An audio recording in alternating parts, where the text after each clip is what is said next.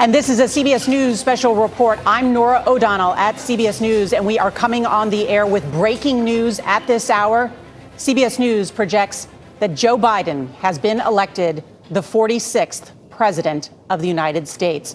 The kid from Scranton becomes the next leader of the free world. The 77-year-old former vice president, now the president-elect of the United States. Once again, CBS News projects that Joe Biden has won this year's presidential election. That is because CBS News now believes that Mr. Biden is the winner of the state of Pennsylvania, capturing its 20 electoral votes. That gives him 273 votes in the Electoral College, more than the 270 that he needs to be elected.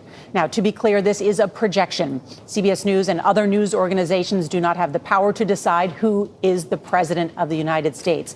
Neither Mr. Biden nor President Trump have that power either. Election results are certified by the individual states, and the president is officially elected when the Electoral College meets in December. But as CBS News always does, we have carefully analyzed the election results, including the votes that have now been counted. And we are making a projection based on that information. This is not a political opinion. It is a mathematical computation. Given how deeply divided the country is right now, we do not take this responsibility lightly. But at this hour, Mr. Biden has an insurmountable lead in the state of Pennsylvania. We should also note that he also leads in Arizona and Nevada, and has a slight lead in Georgia. Now, based on all of this, it is clear there is no path to 270 electoral votes for President Donald Trump, and therefore he cannot win re-election. We know at this hour that President Trump has not conceded, and the White House says that he has no plans to do so. The president has indicated through his legal team and through his spokespeople that he will continue to fight in court. But our legal experts have also told us they do not expect that those lawsuits could change the outcome of the election. We should also note that on Thursday night, President Trump also said without evidence that he believes he has already won the election. And that is simply not true based on what we are seeing from the votes that are being counted throughout America. And so we are watching history unfold at the end of what has been an extraordinary election week. And now the new president-elect, Joe Biden, faces what may be the biggest challenge of his public life, trying to unite a country that is deeply divided. The former vice president, we are told, is planning to address the nation later tonight from Wilmington, Delaware, as has been the plan throughout this week. We're also waiting to see if President Trump will speak. We should also note that the other historic aspect of our projection, that Senator Harris will now become the vice president-elect, and she will become the first woman to serve a heartbeat away from the presidency. That is the highest elected office ever to be held by a woman in the United States. And she will be the first Black American and the first Asian American to be ever elected vice president of the United States. Certainly a historic moment as well. And of course, on the 100th anniversary of the 19th Amendment that gave women the right to vote, there is now finally a woman in the White House. And I say that not in a biased way about party. I say it in a biased way as a woman who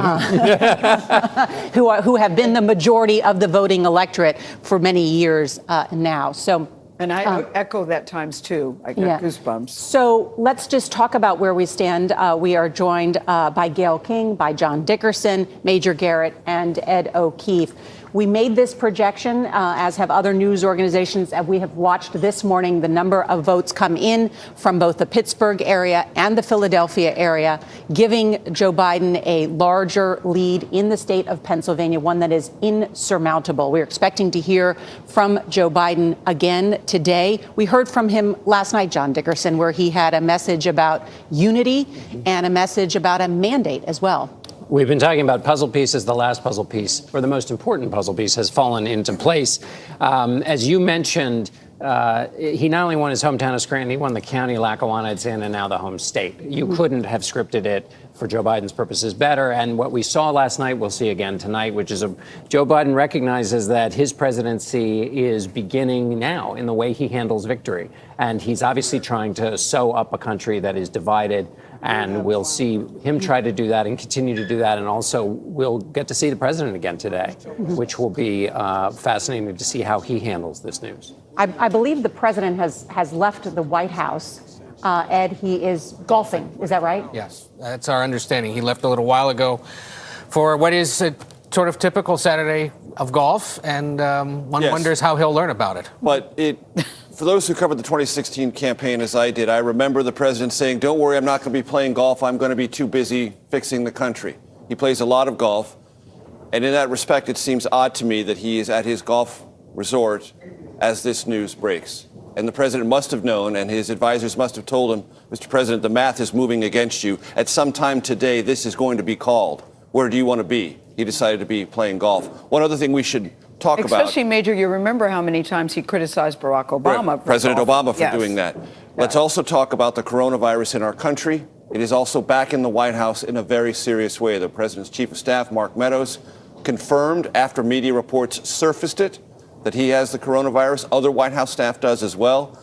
Part and parcel of the White House's approach, one might argue indifference, to the virus itself, which was, as we've all learned from the exit polls and from talking to voters before and after the election, an important issue in most of the states that Joe Biden carried, albeit narrowly, to make him the next president of the United States. You know, the rest of the picture, we're going to, as you mentioned, Joe Biden is doing better in some of those other states. And what we've yet to see, but what will be quite important for his presidency, is the breadth and depth of a Joe Biden victory. In other words, if he wins in geographically diverse places, Arizona, Pennsylvania, Georgia, that suggests this is not some rifle shot victory, but that he has a claim to a geographical diversity of votes. And then we'll see the size of the popular vote, which will give him the beginnings of his platform to make his case for moving the country in the direction he wants to move it in. He talked about a mandate last night, arguing that because he was able to restore the blue wall and win these southern states where he's leading, at least right now. You know, Gail, 4 years ago, Hillary Clinton lost. Hillary Clinton lost because she lost those states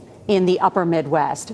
Trump won by 77,000 votes in Michigan, Pennsylvania, and Wisconsin. Joe Biden has recaptured those states in this election. And he made a point from the very beginning. He had a totally different strategy this time. But the thing that impressed me most about last night, he expressed confidence, he expressed unity, and he is already extending a hand to people who didn't vote for him.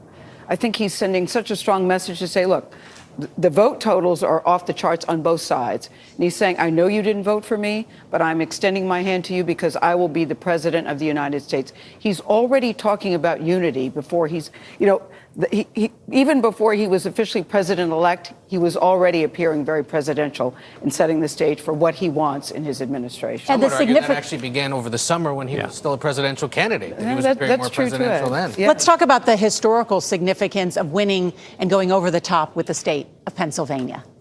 Well, as you so it's got its historical significance with respect to his life story. Then it is the birthplace of the country, the Declaration of Independence, the Constitution. If you're talking about a presidency that will repair and bring the presidency back in line, as he has promised all through his campaign, bring it back in line with its original design, going over the top in the state that gave us that design, you know, it's so in keeping with the country's history, you might think the scriptwriters for this year went a little overboard by making Pennsylvania be the one that put him over the top. And one bit of sweet symmetry, 48 years ago today, he was first elected to the United States Senate as a 29-year-old. Today? Yes, 48 years ago today. So imagine what this moment means to him, though. He's been trying to get to this moment this is his third time is a charm. And when you also think about Pennsylvania, I think that was the first place where Barack Obama and Joe Biden campaigned together in this campaign. One other thing to point out about Pennsylvania. This morning, if you have watched the president's Twitter feed, you have seen yet more baseless assertions about what has gone on. In Pennsylvania, the process has been observed relentlessly from the beginning by both parties. There was a small adjustment from 10 feet to 6 feet in the distance the observers could have to watch the process. It is played out in a public and transparent way.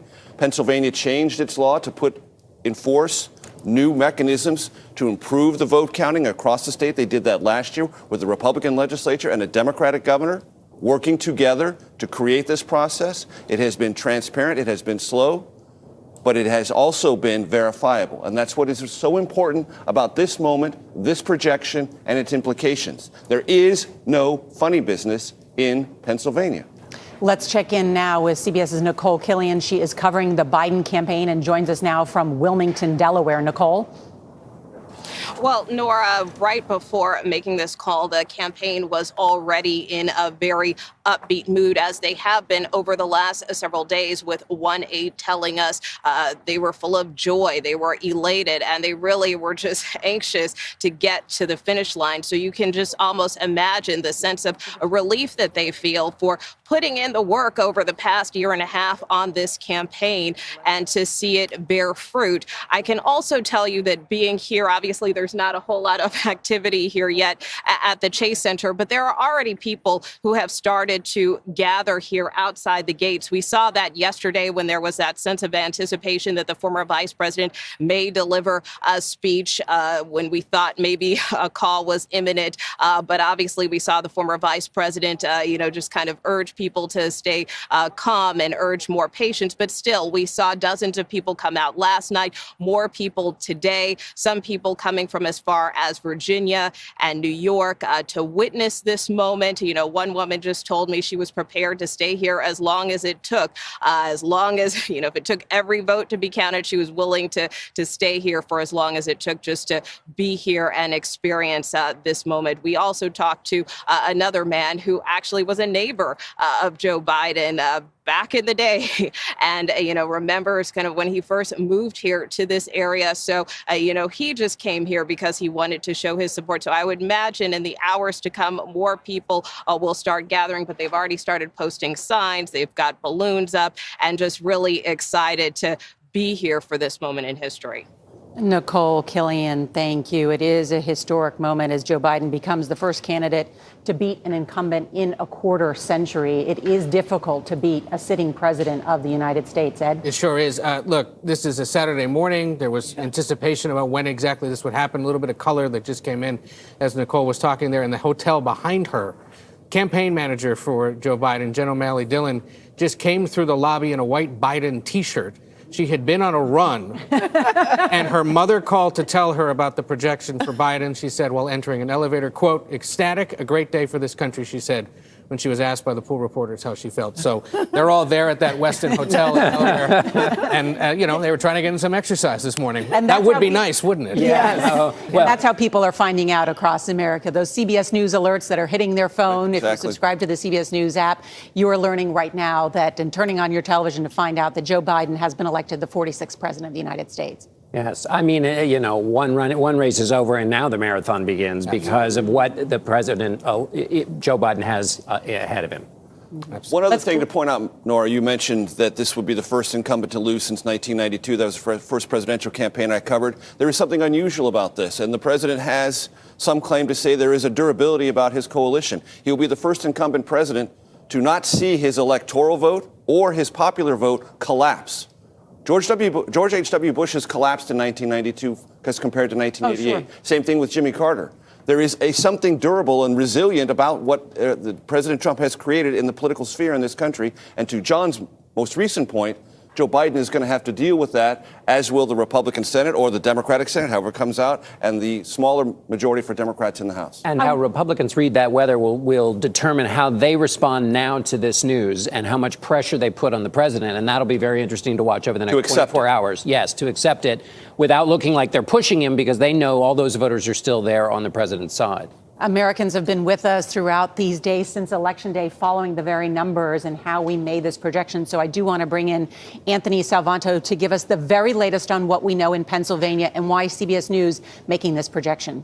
Thanks, Nora. So as those of us who have been staring at these numbers now for days since Tuesday, we can tell you that Joe Biden's lead has been... Okay, Anthony, hold on just a moment, because I think we need to adjust your microphone to make sure that it's turned on so that we can hear you. Very important. Let me just check in then real quickly with Ben Tracy, who's at the White House. And Ben, has President Trump been informed of the news that Joe Biden is the projected winner? Yeah, we believe he has, Nora. The president just arrived at his golf course in Virginia. This is his 209th golf outing, a beautiful day here in Washington. Clearly, the president necessarily did not want to be here at the White House as this news was breaking across the country. We have been told by sources here at the White House that the president is angry and he's disappointed in how this has turned out, but that he's also been resigned to the fact that the math was just simply not in his favor. So despite some of the public bluster of calling fraud on the election and saying that he actually won it, we actually saw the president tweet out just a little bit ago as he arrived at his golf course that I won the election by a lot. That was a tweet that was immediately flagged by Twitter for being misleading, and obviously that is wrong. So the president is kind of clinging to this reality that he has tried to create, but sources around him are telling us that he does realize that he has likely lost this election. Now, whether he concedes or not is still an open question. We've been told that he has no plans to concede and that he will continue some of these legal challenges. Whether or not those make any difference in the end, we'll have to see. Nora. All right, Ben Tracy at the White House. I'm still stuck by that he's golfing. I know, Ed, you said that he was told, listen, the results will probably come in.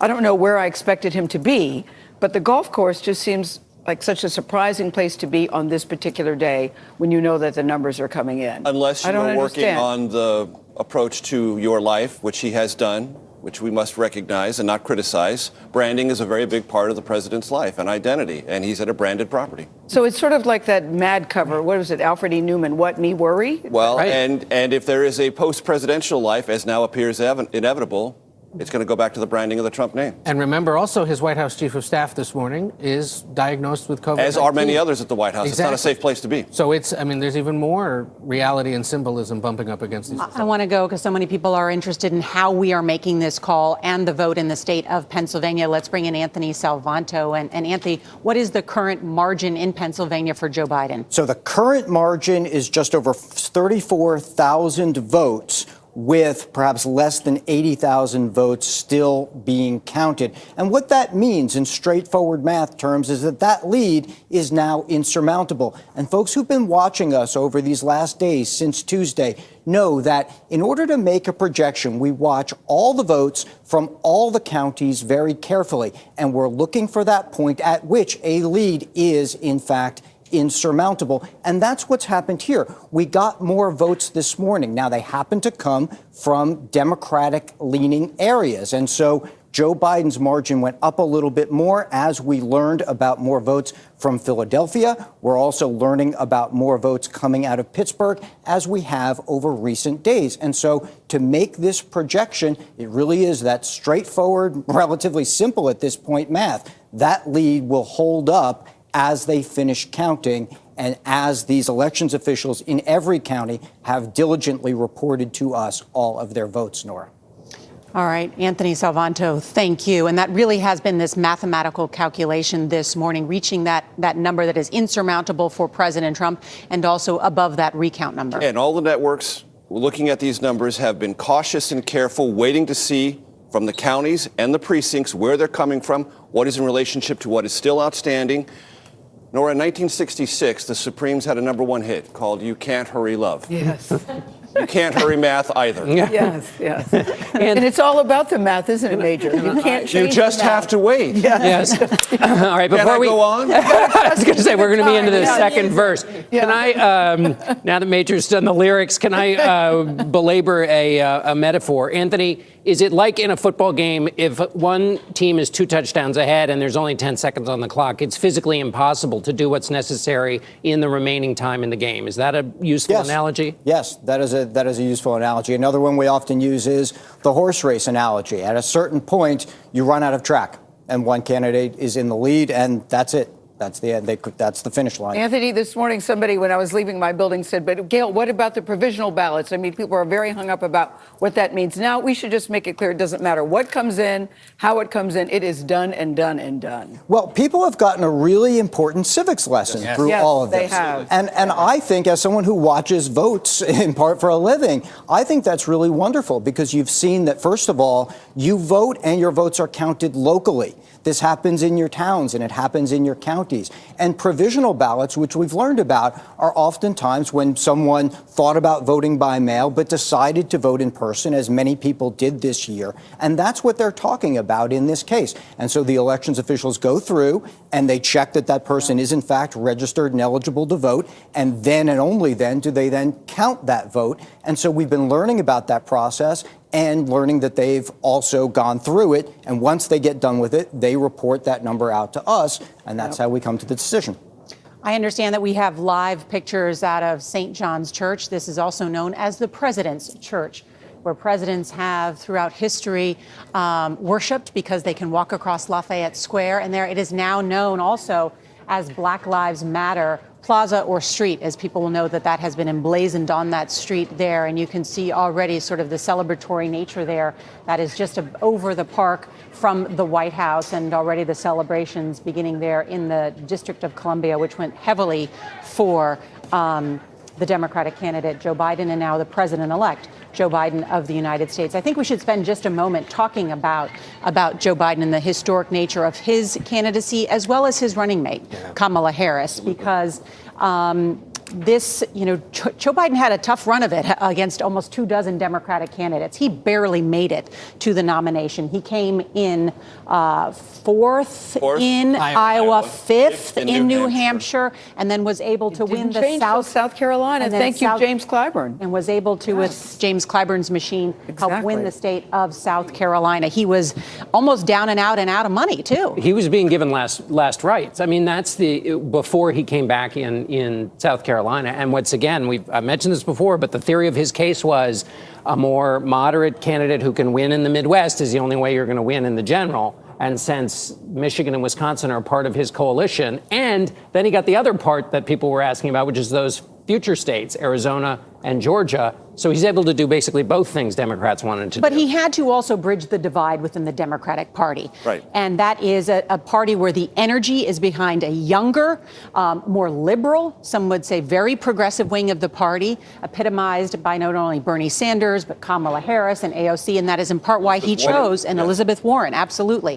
And so he chose Kamala Harris as a running mate, and it helped excite the base of the Democratic Party. But if you look at the fight going on right now, that fight's going on right now, even in victory. It will. And I just, he picked Kamala Harris, who, as our friend Edward Isaac Dovere at The Atlantic had called their political marriage probably the longest, most drawn-out lead up to an obvious conclusion in the history of modern presidential politics, because at the beginning of this cycle, it was always thought by many Democrats, what better ticket, what better combination could win this country back for us Democrats than the former vice president, his universal name recognition, and Kamala Devi Harris, the 56-year-old senator, former California attorney general, who for so many represents what America is becoming or what America could be in the future. But it also speaks, too, about Joe Biden, because after that first debate where she took what many people thought was quite a shot at him and his history when it comes to civil rights, the fact that he could get past that and move past that and still choose her as his running mate when many people thought, I would never do it, I can't get past it.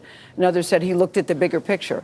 I think, so she gave that ticket a huge boost of energy when people thought, nope, he's not going to be able to get past it. And he did. Well, in fact, after he had secured the nomination and was being asked who he would choose as his vice presidential candidate, it was actually, there were pictures seen of those cards and it says, don't hold grudges. Yes. And I asked Kamala Harris about that in our 60 Minutes interview, and she said, thank God he doesn't hold grudges. And she was able to laugh about it. But it is part of, and it's an important point to make, Gail. Yeah, you're absolutely right. That is not in the character of Joe Biden to hold grudges, that he was making not only a pragmatic decision about the best decision, an electoral decision about who to choose as a running mate, but it also is usually a very personal decision about who you believe you can work with. Who you can work with, who can work with you and build out from where you start. But you mentioned at the top, Nora, let's just pause for a second. First woman vice president-elect in American history. Yes. And when this conversation was going on about grudges, there was still remnants of sexism about, well, could a woman really do that in politics, take a shot, and can that be forgiven? A question never asked about a man, ever. Right, that's a good. There were still remnants such a good of that. point, Major. And the former vice president, whatever those remnants were, he swept them away, put her on the ticket, and when it happened, we all said, oh, of course that was going to happen. Wait a minute. No. It was still history in its absolute moment. One other aspect, on November 20th, Joseph Robinette Biden Jr. will turn 78 years old, the oldest president in American history, a pre-baby boom president, born in 1942. That is also something we've never seen before, and his durability in office will be a constant area of conversation and for the country to evaluate as it goes on. One of the other things, as you're running through this list and talking about Joe Biden's age, there is a president-elect who has more experience in Washington and the folkways of Washington than anybody since George Herbert Walker Bush, and more experience in Washington than George Herbert Walker Bush had. So you've gone from a president who came to dismantle Washington to a president who has in his bones all the instincts, including a really important one for governing, which is understanding where your job stops and the staff's job begins. We haven't seen a president like this with Washington experience. Whether that'll work out well or not, it is an extraordinary switch from where we just were, which is a president who basically decided any of the traditions and folkways of Washington were things to avoid, like the plague. You know, it's interesting, John, you should say that. A friend of mine called me who was not for Biden in the beginning, and he said, I can't think of a better person at a better time for this particular job. I crave normalcy, I crave decency, and last night watching him, he seemed so presidential and so kind. And I think, you know, people question his physicality. Is he okay mentally? Is he okay physically? And I think the more you see him and the more you see him speak, you realize that when you think of a president, you want somebody who can play the part and looks the part. And to your point, John has the experience, and he certainly has all of those. Well, he checks a lot of boxes. There's a lot in the Democratic Party who want more than that. They want massive radical change and revolutionary change. And it's not clear that Joe Biden will deliver that revolutionary change that many in the Democratic Party want to happen, especially after 4 years of Joe Biden. And that is really going to be what we're covering for the next 4 years, is that clash of ideologies. But if the Senate seats are any indication about what happened in the Senate and the seats that were lost in the Democratic Party, it makes you wonder how much change that they really want. Well, that's right. The down ballot results. The voters. Yes, The down ballot results, Yeah. the United States Senate, the United States House did not come through the way Democrats wanted to. And this idea of this governing coalition with lots of power and lots of ambition and lots of drive have been definitely slowed down. And we should note, as we are seeing the crowd erupt out there outside of St. John's Church, you can hear cheers even here in New York City out in Times Square behind us, even through the walls. We can hear cheering going on, and there's going to be scenes across America, and I imagine protests on the other side too. We should go check in with the White House and Ben Tracy there, because I understand that the president has issued a statement at this hour and indicating that he has no plans to concede. Ben? That's right, Nora. The Trump campaign just put out a statement, and not only are they not being gracious in defeat, they are not accepting defeat at all. They are accusing Joe Biden of falsely posing as the winner. They say that this election is far from over, and basically are saying, we'll see you in court on Monday. So they intend to proceed with these court filings they've been making in various states around the country, namely in Pennsylvania. But we should point out that 3 of these cases that they have filed have already been dismissed by judges, mostly for a lack of evidence. As we're speaking right now, the president has his surrogates in Philadelphia making new allegations of fraud. All of this unsubstantiated. So the campaign has no plans at this point to give up. They say they're going to march on with these legal challenges. Nora? Ben Tracy, thank you. Yes, go ahead. I believe we now have a statement from what the Biden campaign calls President-elect Joe Biden. We call President-elect Joe Biden because we project he's won. Let me just read it here. I'm honored and humbled by the trust the American people have placed in me and in Vice President-elect Harris. In the face of unprecedented obstacles, a record number of Americans voted, proving once again that democracy beats deep in the heart of America. With the campaign over, it's time to put the anger and the harsh rhetoric behind us and come together as a nation. It's time for America to unite and to heal. We are the United States of America, and there's nothing we can't do if we do it together. A short statement there of unity.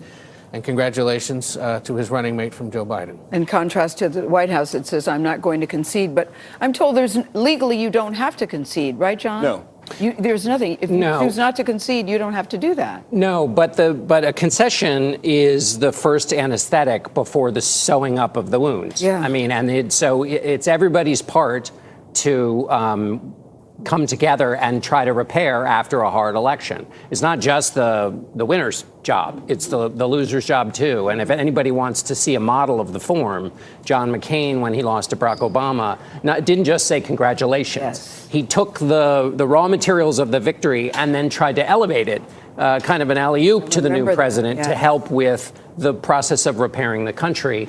And so that opportunity is there for President Trump should he seek to grab it. So how do you move forward when you don't get that alley-oop, guys? When you get somebody that says, nope, I'm not going, I'm not conceding. There are practical dimensions that will go into force. There will be a transition. This administration will have to cooperate with the incoming administration. And with a pandemic raging across the country as it is right now, it's never been more important, at least in our modern context, to do that work.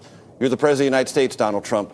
You need to work on this for your legacy and for the future success of your successor. That's a fact. Whether he will recognize it and apply himself remains to be seen. But to the concession, it is part of the binding of America, but there's no legal requirement. And on Inauguration Day, if Donald Trump doesn't want to leave, he'll be escorted out. We are going to dig back into what's happening in all the states, but just a moment, because as the President of the United States is indicating at this hour while he is on his golf course through a statement that his campaign is going to start prosecuting our case in court to ensure election laws are fully upheld and that the rightful winner is seated. I think we should talk about whether there is any legal avenue for the President of the United States. Let's bring in CBS News election law expert David Becker. And David, you hear the president saying and suggesting that they still have some legal avenues to follow here. What are they?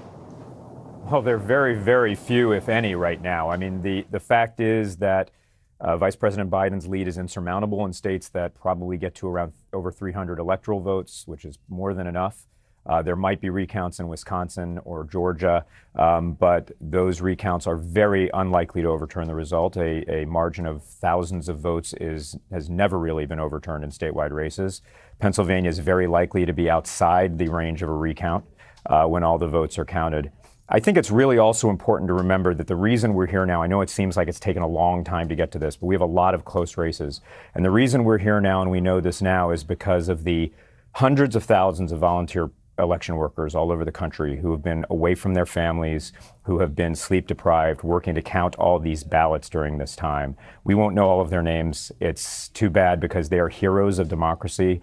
And right now, these attacks, these baseless, unsubstantiated, factless attacks on the election system in this country are an attack on their integrity and their credibility. And honestly, it's shameful. David Becker, thank you. And we should note, as we see what's happening at Black Lives Matter Plaza, I'm also hearing that in Philadelphia, where they are still counting those votes there, that cars are honking and cheering. You can hear them in Times Square.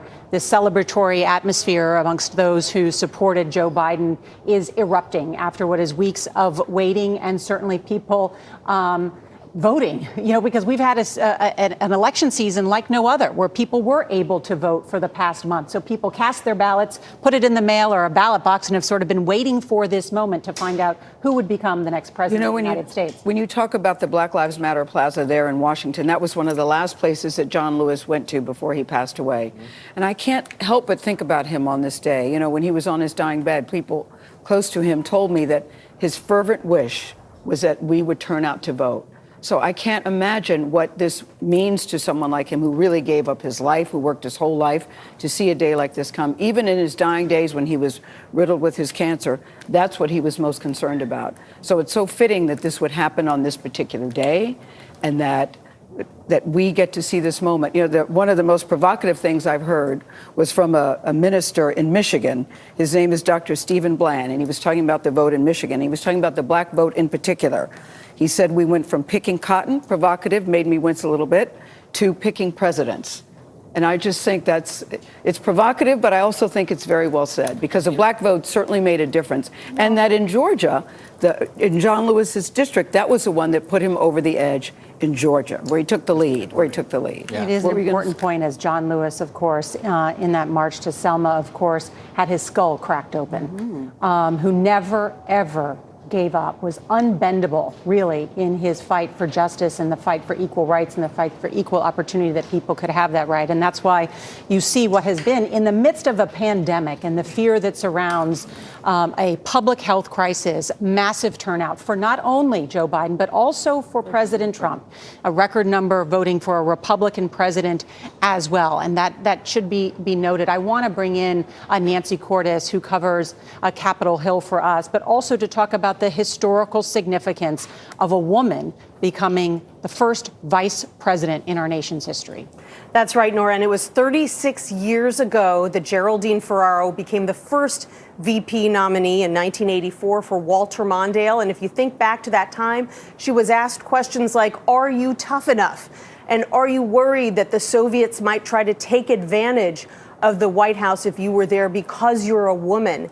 And you think about the questions that Kamala Harris got this time around. She got tough questions, but certainly nothing about her fitness to be in office because she is a woman. So that in itself is progress. And the fact that she now is the first vice president-elect who happens to be a woman is something that Geraldine Ferraro herself did not live to see. She passed away in 2011, but it took a couple tries, first Ferraro, then Sarah Palin, and now Kamala Harris will be the first vice presidential nominee, which means that California Governor Gavin Newsom will have the amazing, some would say difficult choice of selecting who he should replace her with in the U.S. Senate. He said this week it's a choice he wouldn't wish on his worst enemy because there are a lot of ambitious Democratic politicians in California, and they are all lobbying for the job. And Nancy, we should note that Kamala Harris has just tweeted, this election is about so much more than Joe Biden or me.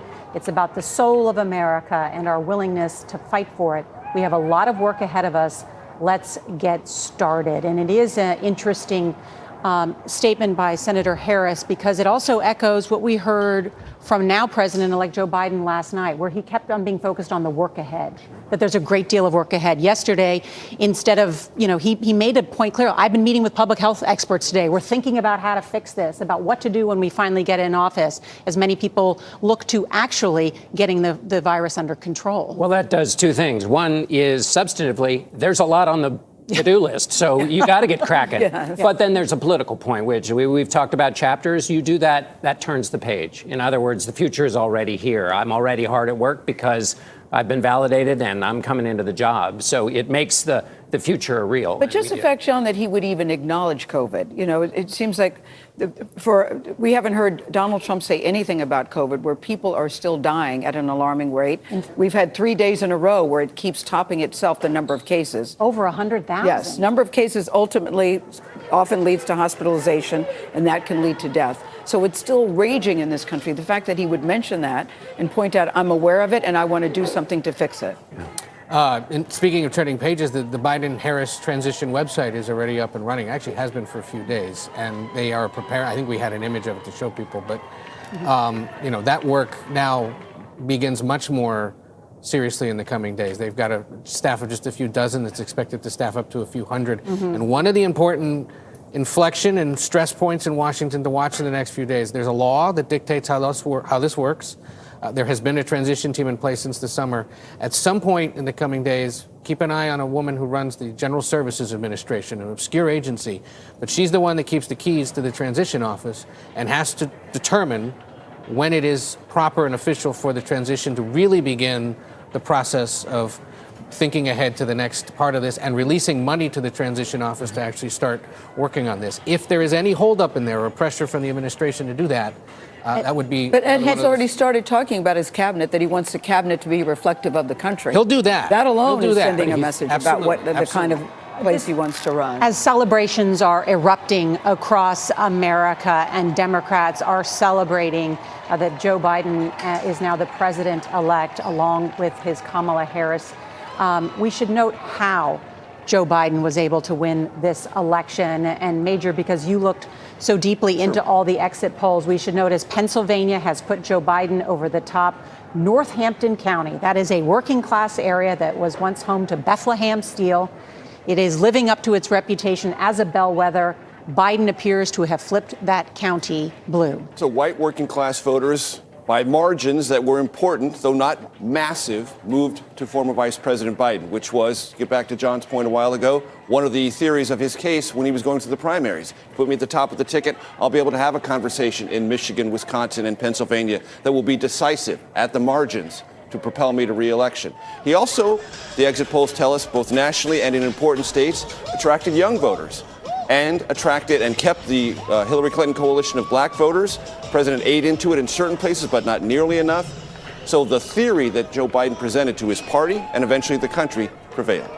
And there you see outside where we are in Times Square, the celebration continuing with boom boxes and hopefully masks as well, and social distancing, not to be a teacher, but we are still in the midst of a public health crisis. But, yes. you know, to go back to Major's point earlier, is this is a situation in which an incumbent president has been defeated while his coalition has boomed.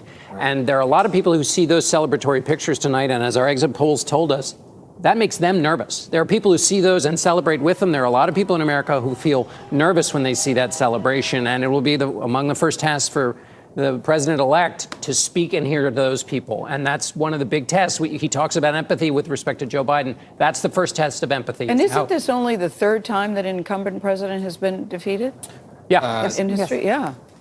Yes, in fact, he is the fourth vice president, if I'm reading this right, To become president of the United States. since 1804. So, Nora, back to your question about how Joe Biden won. Let's go to the national exit poll numbers. Non-white voters, Biden 72, President Trump 26. Voters under 30, Biden 62, Trump 25.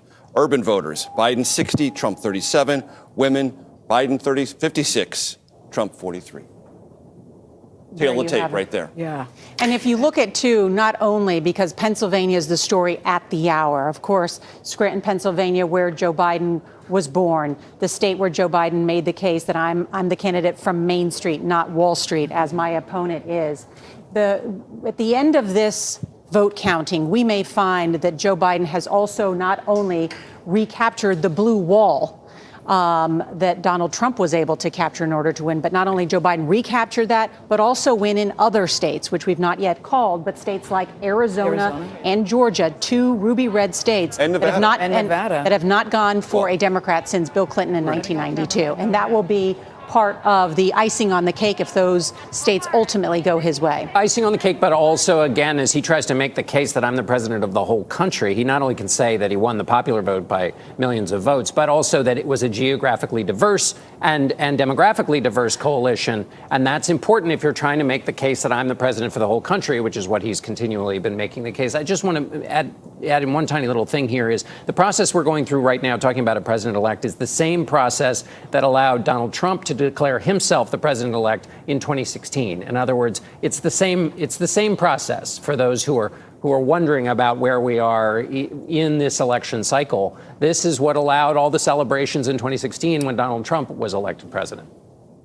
And that is part of what we are witnessing today, too, is not only the way that Joe Biden has not only won the white working class vote, but also suburban women who had backed Donald Trump in the last election over Hillary Clinton and swung back. Yep. What did we see about why suburban women were so decisive in this election? The general sense is temperament. There were many suburban women who said, you know, if you were to ask me and pin me down on the policies, I would say I'm probably net Trump. Yes. But I'm not net Trump temperament. There's part of his temperament, his approach to the presidency, his approach to talking to the country or at the country that I find, if not offensive, so troubling that I will set my policy preferences aside to have a different. There are those who describe the presidency as the background music of American life. They wanted different background music because the presidency is always with us, and certainly with this president, you hear him all the time. And people wanted something a little different to listen to appraise, and to find comfort with. And suburban women consistently told us in the exit polls and in interviews there were parts of his temperament that they just found uncomfortable. Cindy McCain spoke to part of that last night when she joined us in Arizona, talking about, you know, that she sort of crossed over the line and she was hoping other women would do the same. I talked to a woman in Connecticut who said, look, I'm smart, I'm educated. My husband is a doctor. I am a nurse. I've raised 4 children. I voted for him. I was the only one in my family that did. But now I'm embarrassed. I said, embarrassed? She goes, I'm embarrassed and ashamed because I didn't do my homework. She said, I would never allow my children to behave the way that he has behaved. And I think to your point about temperament, I think after a while, even though you agree with his policies, which she did, she said, I don't want that kind of representation in the White House. Anthony's surveys after the 2016 election identified a group of these kinds of voters who Donald Trump had rented. In other words, rented them enough to win in 2016, but hadn't purchased them. They weren't locked in. And they were always wary, and they started to drop off as he behaved in office. Such a good as analogy. he did as a candidate. There was always a theory that the office would change him for these voters, and it did not. And they have been falling off. Some were taking a second look and going by, but they've been falling off steadily. So you can see a line from that first opinions they made in the early days of his presidency all the way to what Major was talking about, which is the ultimate conclusion that these college-educated white women We did came to. hear that a lot, John. Well, when he gets in office, he'll understand. He'll become more, quote, presidential was the phrase I kept hearing. Right. And look, let's just go through some of the data. Voters who wanted someone to deal with COVID-19 and identified that as their top issue. They went for Biden 82-14. Voters who wanted a uniter in the country. Biden 76, Trump 23. Voters who wanted a president to exercise good judgment. That's their terminology. Biden 68, Trump 27. Voters concerned about climate change, not necessarily related to temperament, but part of the underlying conversation. Biden 68, Trump 29. What were the Trump highs then coming out of those polls, Major? For the people. Strong leader. Strong leader. Strong leader in economy. And the economy. Yeah. Strong leader in economy. And for those voters, it was not even close. You see almost exact same lopsided margins on behalf of the president. And again, we're looking at the pictures of celebration here in New York and in Times Square. This is a year that began with the impeachment of the president, then a global pandemic, historic job losses, more than 20 million job losses, and calls for racial justice. Let's not forget what has happened this year. Many people's lives have been changed forever. Nearly 250,000 Americans have passed because of this virus, and then this historic election and this incredible moment where it has been almost 88 hours since the polls closed until we were able to call it. But the importance of getting it exactly right, the patience it requires to trust the civil servants who carry out this so important democratic process of counting the votes so that it's exactly right, not only because it is in the heart and soul of our democracy, but also because that's what makes us different than everybody else around the world. I call them the frontline workers, too, during this time. I thought David Becker made a really good point about who they are. They're normal. They're your relatives, your neighbors, your friends who are risking their lives, really, to go in and count the ballots, and sometimes at their own peril. There were reports that they had to be escorted to their cars because they were under attack. In Maricopa County, reported that. They were escorted to their cars. But I keep looking at the celebrations. You know it's a party when you bring your boombox from home and run into the streets. Or that you still have a boombox. I was going to say, my Nora. parents do, Mom. Or I know. My mom or still that has you her still have a boombox and you bring it from home. Okay. One point about what the president and his campaign are saying. They're talking about fraudulent votes and all these other things. Guess what, America? What? You can listen to the rhetoric, but when it comes to these matters, you better bring something to court that matters. And at this moment, at this hour, not one thing has been brought to court that is even actionable on any of these claims. And if the president wants to continue to lean on this rhetoric, this will have to be proven and established with affidavits and evidence. And until you have that, you have no standing. And I wonder if I'm going to watch America for that. Yes. And I wonder we're going to continue with that, but I want to just flag Anthony Salvanto, who is watching it so closely, because I understand there are some votes coming in from Clark County in Nevada. And so I'm going to get him ready to tell us about that. Well, John, you make your point. Picking up on Major, Republican lawmakers who they have a duty right now. Now, let a little time pass to accommodate the freshness of the news, accommodate the president's idiosyncrasies. But at some point, if the president continues to claim fraud and that this is a stolen election, he will be burning Democratic furniture. And there will be members of his party who will know better. And the danger politically for them is that in this moment, when they know better, it becomes the verdict on their careers. They knew better and they did nothing. But John, they've known, to your point, they've known better for so long.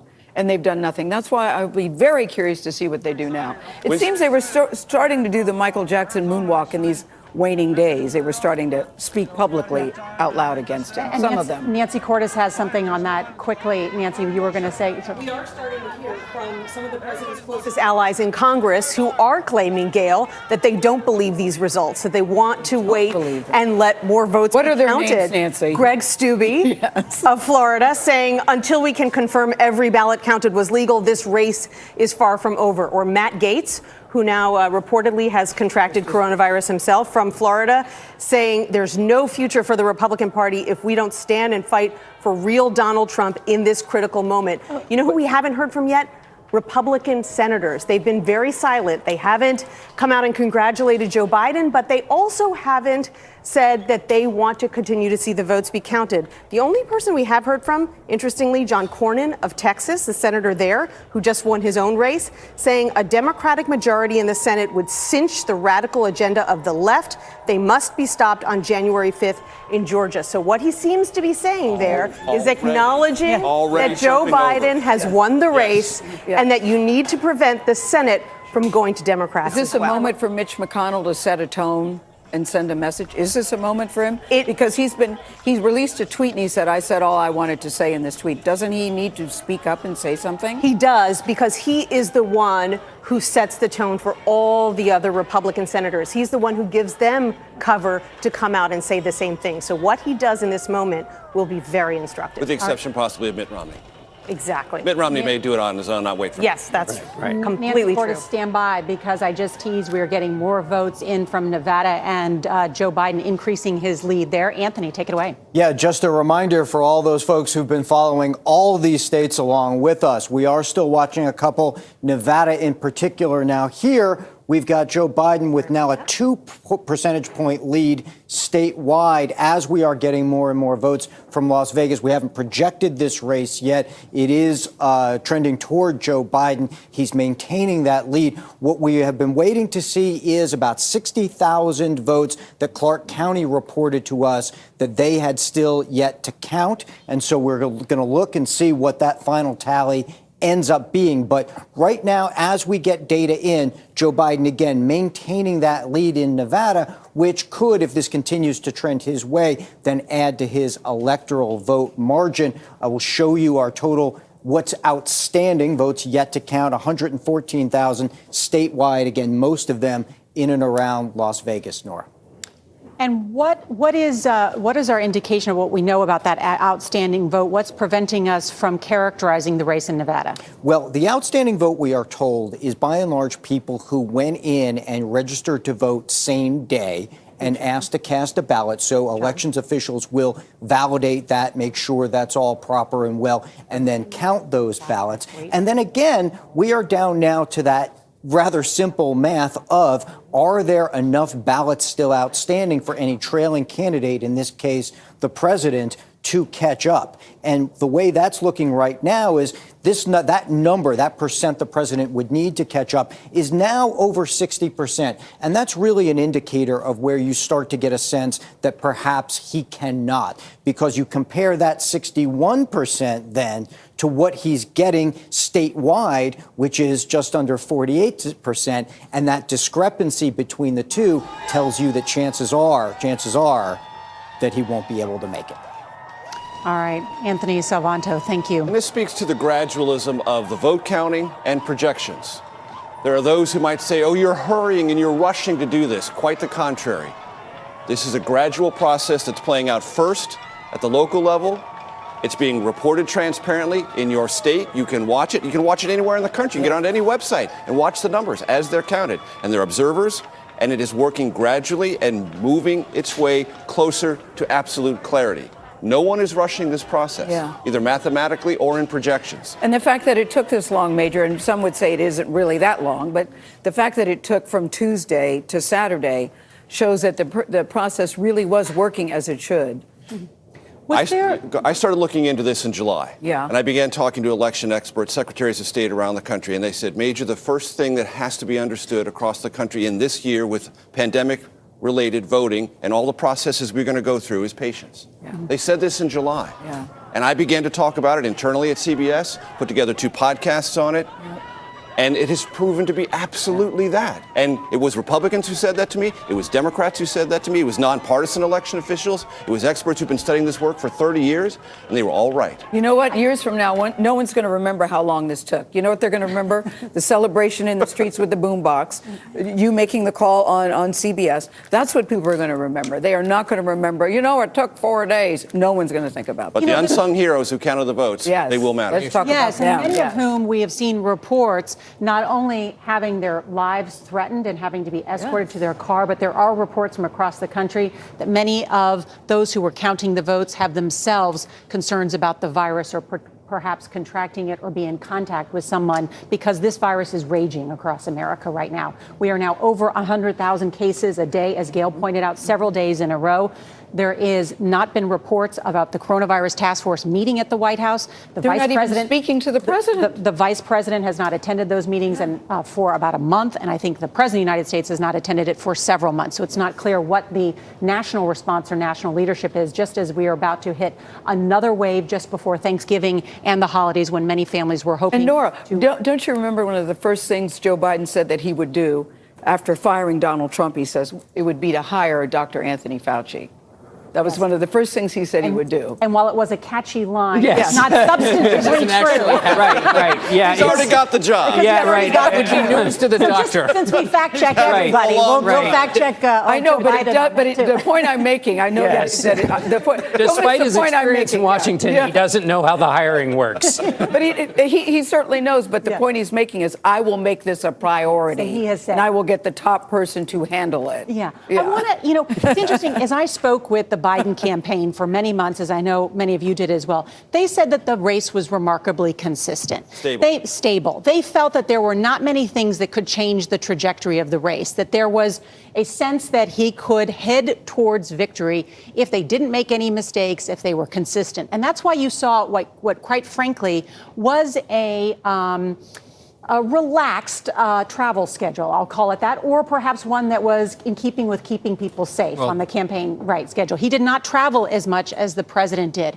But I wonder if it was that. Was there a mood that they sensed, or was there a moment when the campaign changed? Charlie Cook, when I first started out in politics, I worked with him, and he said the race really changed on October 6th. That was the week that the president got coronavirus. The campaign came on thin ice. There had been that first debate that was such a debacle. Was that really the moment that crystallized this? I'm curious your sense about what brought us to this day.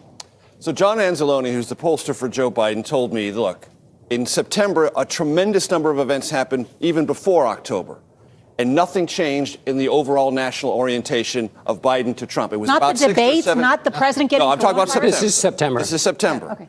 And then October basically confirmed all the stability of September. Right. The first debate showed people this temperamental part of the president they simply weren't comfortable with. If they weren't beginning, they were certainly not afterwards. It confirmed essentially the stability of the race in September. And the polling data remained internally in the Biden campaign relatively consistent on that point. And in October, people start voting, which means you start locking in that portion of the race, which is a little bit different. More and more people are voting earlier. It has been a very stable race, but it is extraordinary the sandbags that Donald Trump stacked in front of himself to withstand an extraordinary deluge. I mean, approval rating under 50%, economy in the tank. And he is failing by the majority of the country's opinion on the number one thing they care about, which has killed 230,000 Americans. And he still got 70 million votes, and still he came close. Exactly. So stability of race, but, there was also a lot of nervousness that there might be a surprise, and there was a bit of a surprise. And was that the economy? Were those sandbags the economy? I think it was a combination of things: economy, identity politics, and identity connection with Donald Trump that is all about just an absolute visceral feeling in your stomach. And go ahead, Ed. Well, I was just going to say, I would argue, having followed the campaign day to day, they felt confident back in May. The first few weeks after the pandemic were total panic time because they were convinced they'd never break through again. But they saw the damage the president was doing to his own standing by behaving and leading the way he did. And I think the fact that they maintained that limited travel schedule until closer to the convention was a sign that they knew they didn't need to travel. They didn't need to be out and about. Let me convey a few other things, though, because this is a team, we have to give some credit to the Biden operation. They did all this virtually. They did all this with Twitter off. And that's how they've been doing it since this campaign began. Going back to the crowded field, I said to Aid a few weeks ago, I said, how have you guys done this? They said, it's very simple. We turned off Twitter. We stayed away from it. We knew that the country was in a different headspace than social media would suggest, and they pulled it off. And I just heard from one of these aides today who, again, speaking to the fraught nature of this pandemic era, had to drive home to Boston last night to get a COVID test so that his wife could go to work on Monday and won't be able to celebrate with his colleagues tonight in Delaware. Well, let me just show you the bittersweet nature of it. while they're not But living in the era of social media, they are now posting pictures are. of celebrating. That is fair. now. Sure are. Let's just show everybody real quick. My apologies, John, They and we'll will get to that in a now. minute. I want to show everybody because what's happening in the land of the Harris campaign. This is Doug Emhoff. This is the husband of Kamala Harris. This moment it's a great saying, shot. so proud of you. And this will also mark the first time we have had a man as, what do we call him? America's second man. The second What do gentleman. we call him? The second America's gentleman. second gentleman, yeah. Yes, as we have. Well, is he the first dude because he is the first guy to hold the job? Well, I think we're calling him the second gentleman, is the a phrase that Those of you at home, write in with your suggestions. Exactly. Can I? will allow you to vote on social media. Can I, going back to your point, campaign restraint is a crucial thing for a president to have, and campaigns usually don't encourage restraint from anyone, and social media ends restraint. Joe Biden showed restraint, as you were just describing, in at least two important places, and I wonder what you all think was more important. The restraint not to swing at all those pitches during the primary, not to go for the Green New Deal, not to go for universal health care, not to go for the most liberal part of the party. Was that the more important act of restraint, or the decision not to campaign, which also had a behavioral element, which is don't spread him so thin that he starts to make mistakes on the stump, as all candidates do, which then give fodder. I'd argue it was the holding back on the Green New Deal and such, because they knew that his theory of the case was, I am the more moderate, mainstream guy who can win back those states that they appear to have done. And he knew that supporting those kinds of policies, or at least talking about them and appearing to embrace them, would be anathema to too many people. But, you know, Ed, people didn't expect him to go and have those shoulder-to-shoulder, face-to-face rallies with Donald Trump.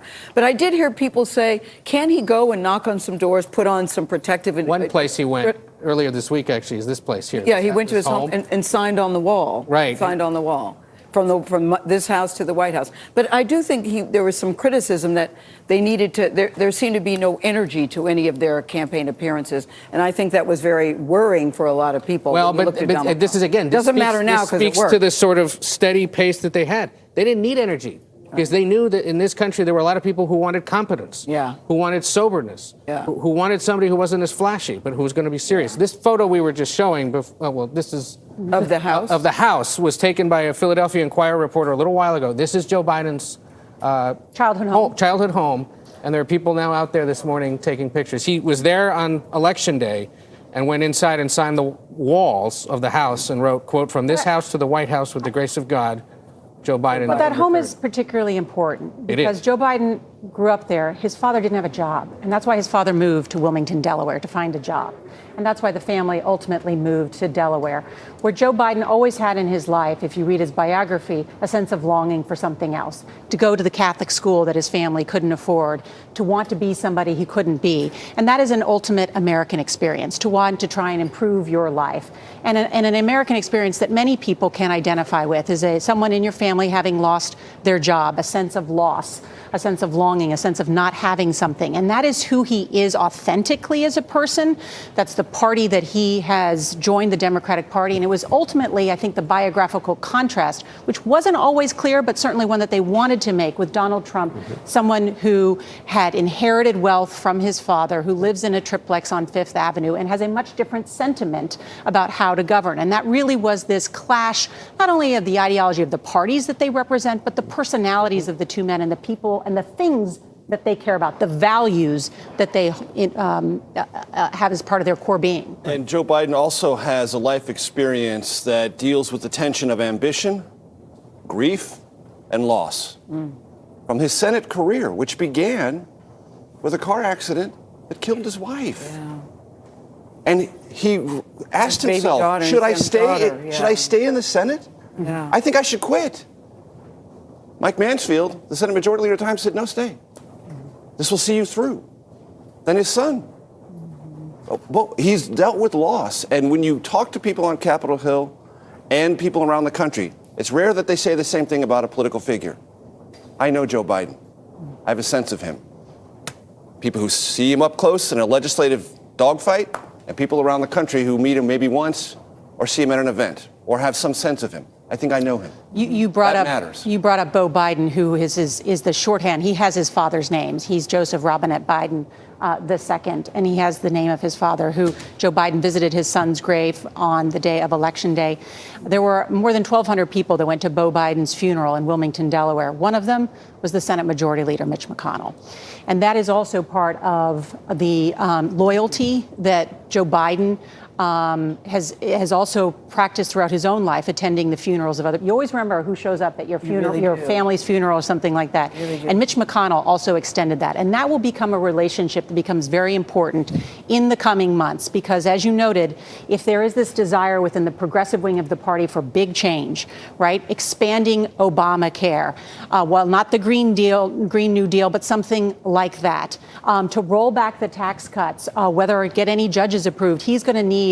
If the Republicans hold on to the United Senate, he's going to need Mitch McConnell as his best friend. And can personality and friendship extend beyond partisanship? Well, if you read Mitch McConnell's book, The Long Game, and listen to the way he describes Barack Obama and the way he describes Joe Biden, he says Barack Obama would come into negotiations and spend 45 minutes telling him how wrong he was and how ideologically askew he was. Joe Biden would come in, forget that business. I know what you can accept and what your coalition can accept. This is what my coalition can accept. Let's work in the in-between space.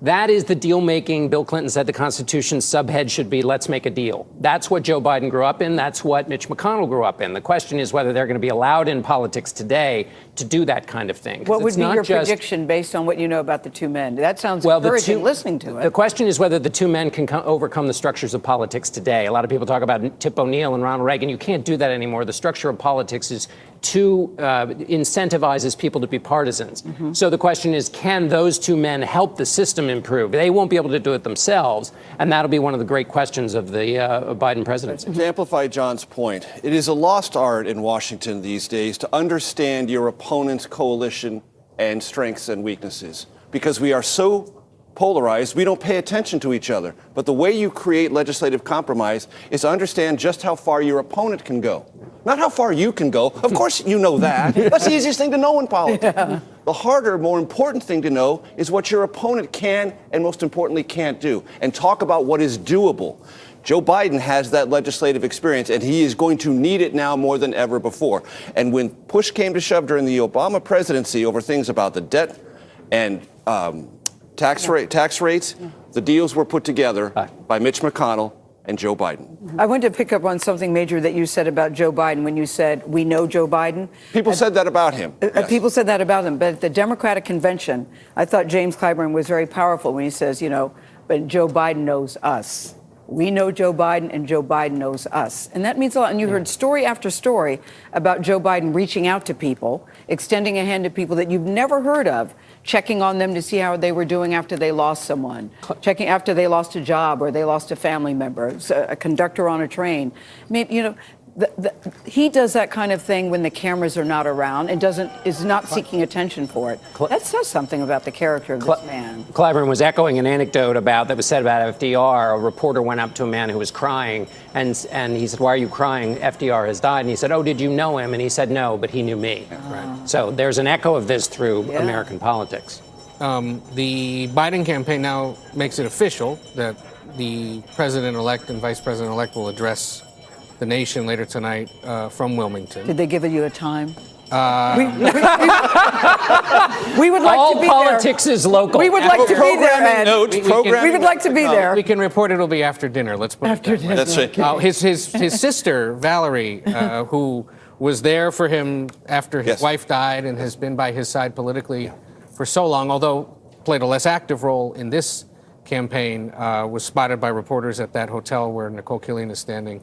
Walked out of the lobby and just said, quote, "It's wonderful. It's a wonderful thing for us, but it's a better thing for America."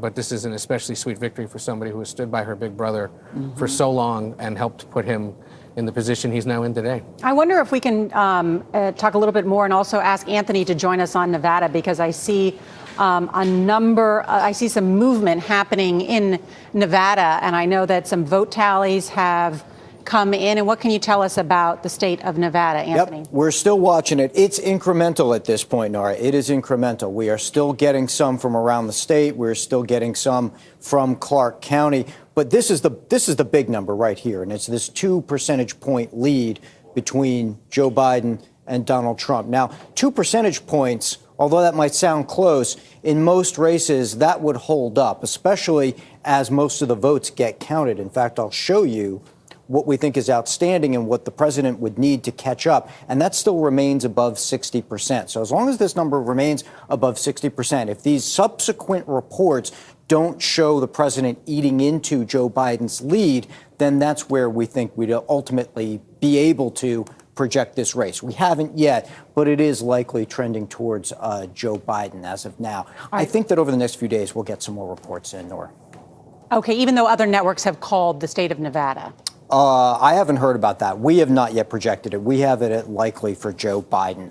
We're going to keep looking at it. And again, it's the same standard at CBS News in this state as it is for all. When we are entirely confident that once all the votes are counted, that the candidate ahead has an insurmountable lead. So we'll take a look at the reports and we'll bring it to you when we can. All right, Anthony, thank you. Want to go now because we are just getting some video in of Kamala Harris, Joe Biden's running mate, calling him to congratulate him. Let's watch. We did it. We did it, Joe. You're going to be the next president of the United States.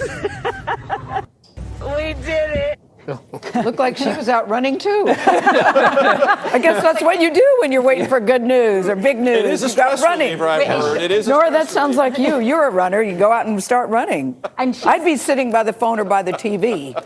She's in the Delaware area because she was with the now president-elect Biden last night. Yeah. It looks like she's kind of out in a rural area, Yeah. but she's there close by, and I'm sure we will hear from both of them later tonight as Ed is reporting as they plan to, After dinner. address the nation tonight, and we will certainly have that for you live. But that's a moment, certainly. We can now report 8 p.m. Eastern.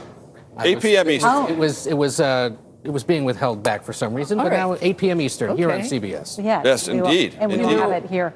Gail, you were talking about sitting by the results and hitting refresh on the browser. One of the things you're hearing from Democrats or people who are adjacent to the Democratic Party is that the coming anticipation of a great national release of Headspace, which is to say what it will be like to live with a boring president. I mean, by their description. And just in not having to constantly Drama. fret about the drama. Yes, yes. That People is are one of tired the of the things that's drama. being celebrated today with people who are fans of Joe Biden or critics of the Well, president. that was a totally legitimate argument that not only he made, but some of his other less successful opponents made during the primary. You won't have to worry about me. People You won't crave- hear from me every day necessarily. people crave That it. isn't necessarily a bad thing. And Not this, Trump supporters, though. Trump course supporters not. like the agitation. They like the idea that he's confronting the system. They believe that's why he was propelled to the Republican nomination in the first place with their votes, Yeah. became president of the United States. And whenever he was confronting Washington, they felt that someone was fighting on their behalf, and they took it very personally. They absorbed it personally at a level I really haven't seen in a relationship between supporters and political figure in my political And we have to career. pay attention to that too, Major. We You do. can't underestimate It's how they not feel. washing away, ladies Yeah. and gentlemen. It's not going away. Yeah, while the people are out there dancing with the boomboxes, there's a whole nother segment of the country that is crying and very upset and feels that they were robbed. We And what I can't would ignore say to that. them is, can we have an election in the country that swings in an unexpected way and the margins are very narrow and you can have an unexpected result? Yes, we can. It happened in 2016. And Donald Trump became president. Yeah, that's true. We should talk about, as you see people celebrating in the streets, and while Joe Biden may open up that, what'd you call that headspace? national release of Headspace. A national yeah. release of Headspace, and maybe, in your words, a boring man, the oldest. That was my channeling people who are Yes, speaking I'm not today. sure. I didn't want to put words in your mouth. No, What no. you do have, though, is a historic vice president-elect in Kamala Harris, and her victory represents a handful of firsts. The first woman, the first black woman, the first Indian American woman, the first daughter of immigrants. to be sworn in as Vice President of the United States. She talked about, of course, she's a stepmom, being referred to as Mamala by her stepdaughters. You know, someone and she who was a presidential candidate, too. Well, let's not forget that. She was a presidential candidate. And she ran and managed and has executive skill running a big thing. And what will be really, really interesting is Joe Biden, who has had the job of and was deputized to do very specific things by Barack Obama, knows the power of having an effective vice president who can execute. And what will he ask Kamala Harris to oversee and be in charge of? Were you sitting in my 60 Minutes interview? That's exactly what but that's exactly what I asked her, and she didn't answer, because you have Mike Pence in charge of the coronavirus task force. You had Joe Biden in charge of the economic recovery and a lot of the relations with those up on Capitol Hill. And so I asked Senator Harris, so what's your job going to be? And she said, well, I'll do anything Joe Biden wants me to do. And I said, well, what did you ask that you wanted to be in charge of? And she wouldn't say in our interview, but this is a woman of immense talent. As a former Attorney General of the state of California,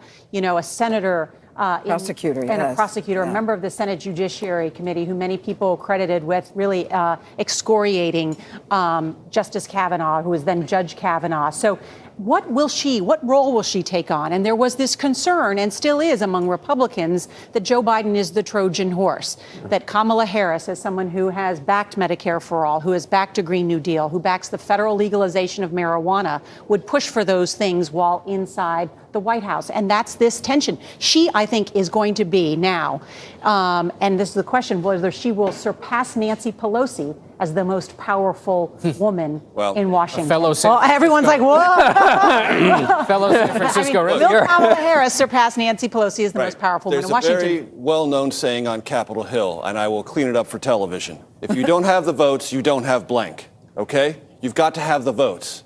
And as we discussed just a little while ago, the votes are going to be hard to find, particularly if it's a Republican-controlled Senate. And even with a smaller House Democratic majority, your range of ambitions may be large, but your range of gettable votes may be small, and you may have to dial them back to be realistic about what you can accomplish. And I think this idea maybe of 100 days, hit the ground running, is going to have to be tapped on the brakes a little bit, because you're going to have to go slow and methodical to move things along. We should bring in Nancy Cordes on that, because I don't know, and Ed, you too have covered Capitol Hill, but what is Senator Harris's reputation on Capitol Hill? Well, she's only been there for 3.5 years, and she's sort of been pegged as someone with higher ambition from the moment that she got there. And so now she's got that. She's got it. She can check that box, yes. She can. And so she was placed on a number of very important committees from the very start because they saw that potential. Very reminiscent of what happened with a young Senator Barack Obama when he first came to Congress. So she wasn't just on the Judiciary Committee. She was placed on the Intelligence Committee and the Homeland Security Committee and the Budget Committee to show that she had not just domestic experience, but foreign policy experience as well. So she is someone who has always been seen as looking ahead to the next step, which can sometimes frustrate the institutionalists who have been in the Senate for decades and believe that that is the end-all, be-all.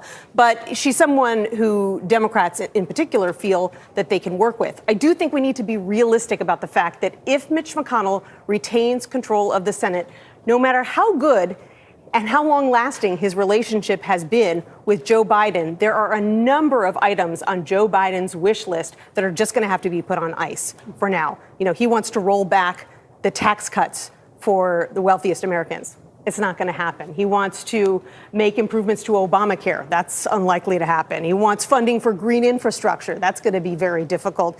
He wants to increase the federal minimum wage. So if you just check down the list, yes. Does he want to work on a coronavirus package? And does Mitch McConnell want to do that too? Yes. But on a whole other range of issues. It makes it sound like he'll be neutered if he doesn't, if he gets in and Mitch McConnell is still the majority leader, that it'll be very difficult to get anything done, despite their relationship. It will be. And he is the first incoming Republican in, I think, 4 or 5 administrations who will not have a united Congress behind him when he comes in. Incoming president. Incoming president, correct. So he doesn't have the House and the Senate. And that makes it very difficult for him to rack up an immediate major accomplishment, especially when he's dealing with someone like Mitch McConnell, who may want to deny him a big signature accomplishment. But those Senate races aren't over, though, yet. Nancy. They are not. Still got 2. That's right. 2 in Atlanta, and the vote isn't until January. Exactly. I would imagine, listen, Stacey Abrams, I would think, is already on the case in Georgia. Right. I mean, the stakes are how just we can make this work. unbelievably high for both parties. And I think it's hard to say which party is going to be more energized about this. One thing we have to remember about the presidency, though, and Kamala Harris will have a big role to play here, is that what happens is a lot of them come in and say, I'm going to do A, B, and C, and then they realize that 85% of the job is foreign policy and national security. And they find out all the secret stuff that's been going on, and it curls their hair, even if they have long-time Washington experience. That's all stuff that happens inside a very small room that Kamala Harris will be in. And that's going to be an important part of the presidency that happens outside of Congress. And the second thing is Joe Biden will make a decision early on about how much he wants to use the administrative agencies to get things done. That'll infuriate Republicans, but it is an area where he has some control. And that'll be an interesting early choice, because if he does those things, it spoils the political atmosphere that he might want to try and take advantage of to get legislation through. We should recap, as CBS News is now projecting that Joe Biden has been elected president of the United States, winning his home state of Pennsylvania, which places him over the top with 273 electoral votes. And we still have not called a number of states, and that vote count margin in the Electoral College could still grow. Want to bring in Democratic Congressman James Clyburn of South Carolina. Congressman Clyburn, good to see you. You were so instrumental in helping Joe Biden win in the primary in South Carolina, your home state. Your thoughts on this historic moment? I'm ecstatic about this. You know, I've always maintained that this campaign was about restoring America's goodness. I never thought that I would be here in the year 2020, calling upon my studies of Alexis de Tocqueville, who wrote about this country's democracy at a very unusual time back in the 1830s, de Tocqueville, while slavery was still a part of our being, wrote that America's greatness is not because it is more enlightened than any other nation, but rather because it has always been able to repair its faults. And I thought that's what this election was all about. There are some fault lines that have opened in this great country of ours that needed to be repaired. And I think this country opened up fault lines when it elected Donald Trump 4 years ago. And there was a fault line that needed to be repaired. And as I watched all the candidates, 20-something of them, running for office, and I discussed them with a lot of my friends and with my late wife, everybody concluded that the perfect candidate for the times that we're in was Joe Biden. And so I did not make my decision to stand for Joe in isolation. I talked to a lot of people, and then I had a very interesting thing that happened in this campaign. I've got a 9-year-old granddaughter who just thought that something was wrong with all these people and the way they were treating people who looked like her. She felt it, a 9-year-old, and she shared with us an experience she had in her class when one of her little playmates said to her, "You need to tell your parents they got to vote for Donald Trump." And she said to me, "Granddad, I thought she was my friend." This kind of stuff we just got to get rid of. We just got to get back to being good to one another, even though we may disagree. I've never had, for instance, I used to work very closely with Lindsey Graham. I had legislation that I thought would be good for South Carolina. I knew Newt Gingrich wouldn't let me let it go under my name. I gave legislation. The South Carolina National Heritage Corridor was my bill that I gave to Lindsey Graham. Said, "Lindsey, if you introduce it, it'll pass." That's the kind of working relationship I had with him. And I hear you. I hear you. It becomes Yes, Congressman. else. I wonder what specifically is it about Joe Biden's character that makes him the person, you say, that can repair these faults, that can heal the nation? Dad used to tell me all the time, son, experience is the best teacher. And it's Joe Biden's experiences that makes him the perfect person. I understand this is the anniversary date, 38 years ago when he first got elected to the Senate. And we all remember what happened. right after he got elected to the Senate. To lose a wife and a child in an automobile accident. And to suffer two aneurysms in your life. And then lose a son that you're so dearly close to. These kinds of experiences tend to make people empathetic. And that's, to me, is what is important, is to find people who can empathize with other people. Anybody can sympathize, but Joe Biden has a way of empathizing. And I just felt that he was exactly what this country needs this time. And I also felt that he could withstand Donald Trump's foolishness. And he did. None of that stuff stuck to him. The stuff that he used to wipe out all of his opponents in the Republican primary, he tried that out on Sleepy Joe. Sleepy Joe woke up and stayed awake. That's so great, Congressman. Congressman Clyburn, hi, it's Gayle King. You have to smile after delivering a great line like that. Sleepy Joe woke up and stayed awoke. But I have to say this to you. You know, you were credited with really turning the race around for Joe Biden in South Carolina. It was your support that turned out the black vote in the state of South Carolina. I'm wondering if you've had a chance to talk to him. Are you doing the happy dance over there? Have you had any communications with him yet today? No, I have not talked with Joe today. I contemplated going up to Wilmington last night, but I thought I would just stay here with my family and friends and my golfing buddies. In fact, I got called off the golf course this morning when the word went out that he had been declared. There are about 12 to 16 guys that I spend weekends with. They are my kitchen cabinet. They're the people who I talk to about what's going on. They were so ecstatic when I had to leave them today. And I was very upset about it because I was leading with all the bets we had. I was winning the money and had to give it up. We can hear your computer, so we can tell a lot of people are trying to get in touch with you. I'm sure it's a very, very busy day for you. Did you ever doubt that it would turn out this way? Things seem to get a little hairy during this campaign. Did you ever doubt that this would be the end result? Did you ever have a moment? Yes. I'm not going to lie about that. Sure.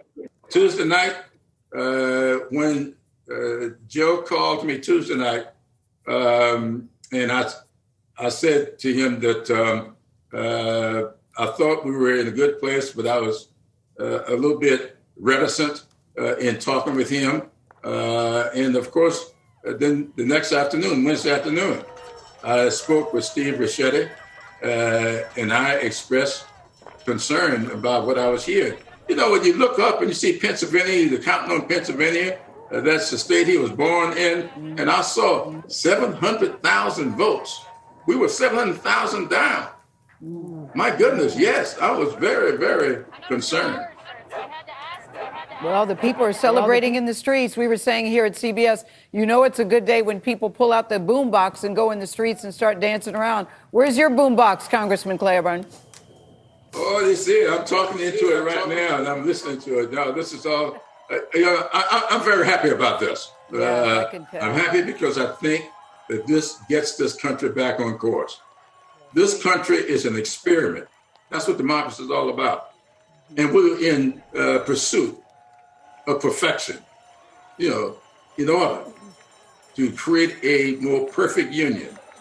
I just think that 4 years ago, we took some backward steps, and we've experienced some real disappointments over the last 4 years.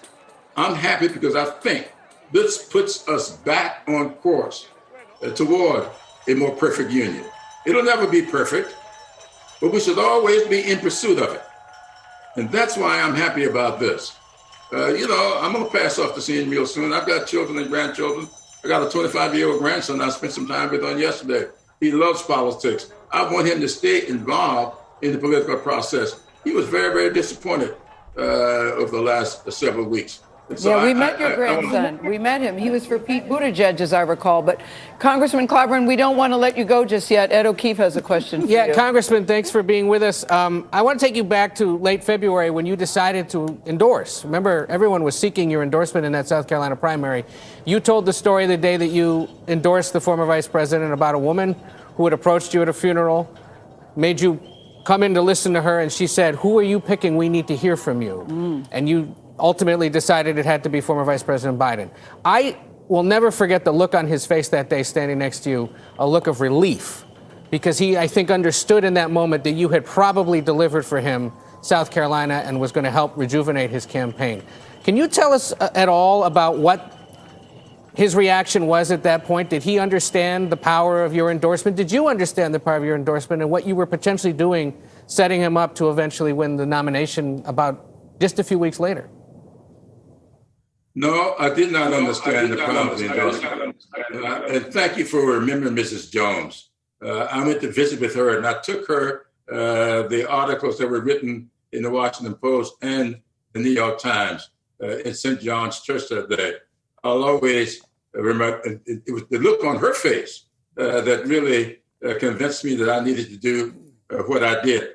But no, after the endorsement, I'm running, trying to get to the airport, and I didn't know it, but Joe was coming up behind me, and he yelled to me, and I stopped, and I turned around, and I walked up to him, and the expression on his face, it may have been the same one that you saw, and tears, both of us wept.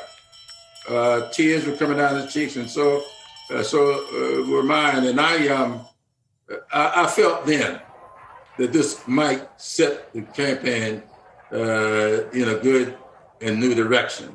It was not until that moment that I felt it, because really I was just speaking on doing the endorsement. I had no notes.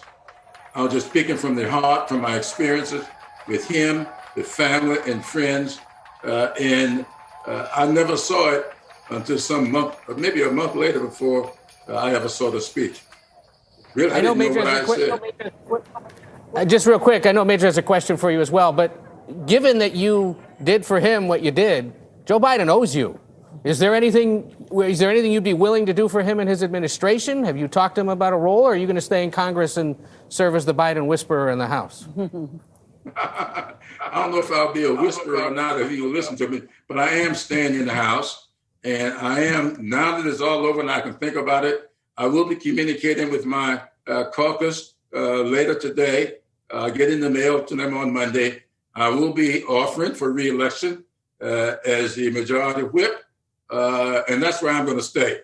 The only thing I want from this administration is to course correct. This campaign revealed some significant problems with the 1986, 1988, and 1994 crime bills. I want to see a presidential commission looking at those crime bills and seeing what we can do to get rid of those unintended consequences that flow from it. It almost cost him this election, and it's cost, I think, a lot of us in the Democratic Party a lot of goodwill with people of color.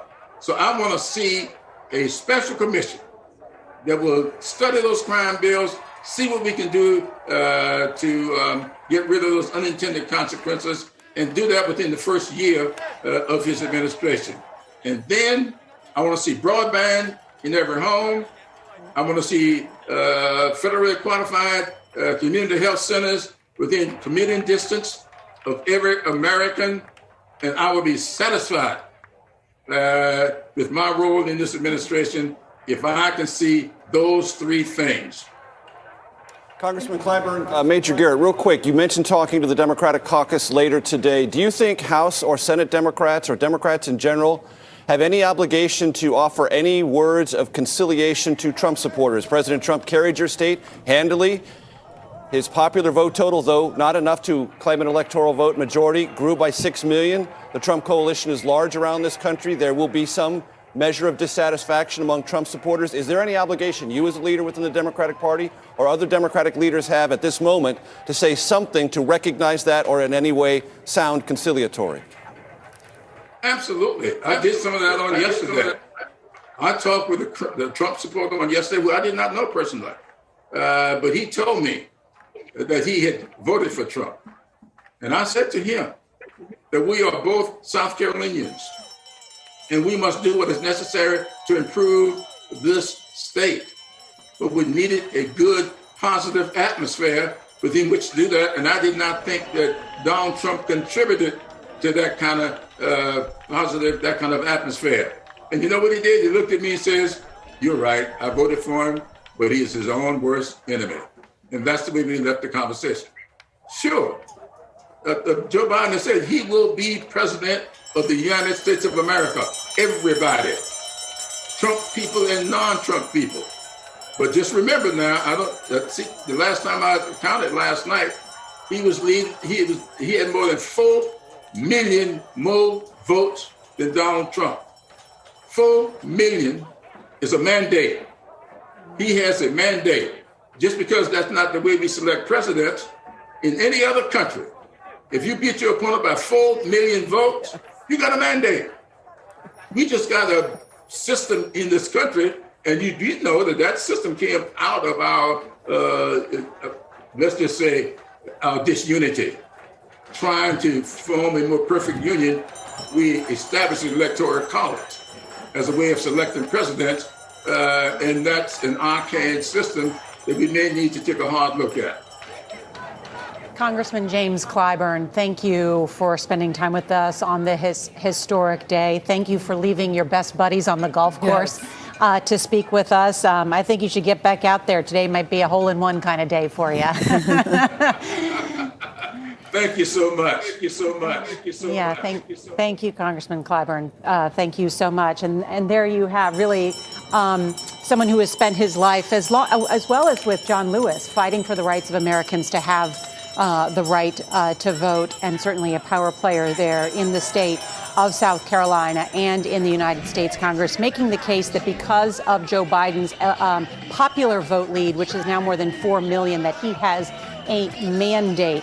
It is also possible that if Joe Biden were to win the states of Nevada, Arizona, and Georgia, 3 of the remaining 4 states still on the board, that he would be at 306 electoral votes, which is exactly the number that Donald Trump won with in 2016. While one can claim a mandate, however, you still have to work with the other branches of government, and that will ultimately be the big test for a Biden-Harris administration. If I can add one more little element to what you just said, if it gets to 306 electoral votes and Joe Biden has millions of more of the popular vote, it also looks like he will have won the individual states by larger margins than Donald Trump did in just 2016. Just if we're measuring what a mandate is and what you get to claim when you win a certain kind of way. I appreciate you mentioning that, because there was this sense that President Donald Trump won by such a narrow margin, that he had lost the popular vote by more than 3 million to Hillary Clinton, and that he had won the blue wall by 77,000 votes. Already,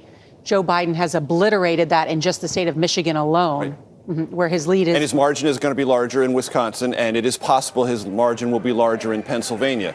The margin is only relevant in a psychological and applied political sense. Yeah. It is not meaningful in a mathematical sense, but in an applied psychological and political sense, when you're arguing on behalf of my agenda, if the former vice president does so as president-elect, our president, then he says, look, these are the facts. Absorb them, because if they were true for you and your orientation to Donald Trump, they must also be true for me. Right. It'll be very interesting when we hear from the president for the first time, because on Election Day, he had gone to campaign headquarters to thank his supporters. And he said, winning is easy, losing is hard, and losing is very hard for me.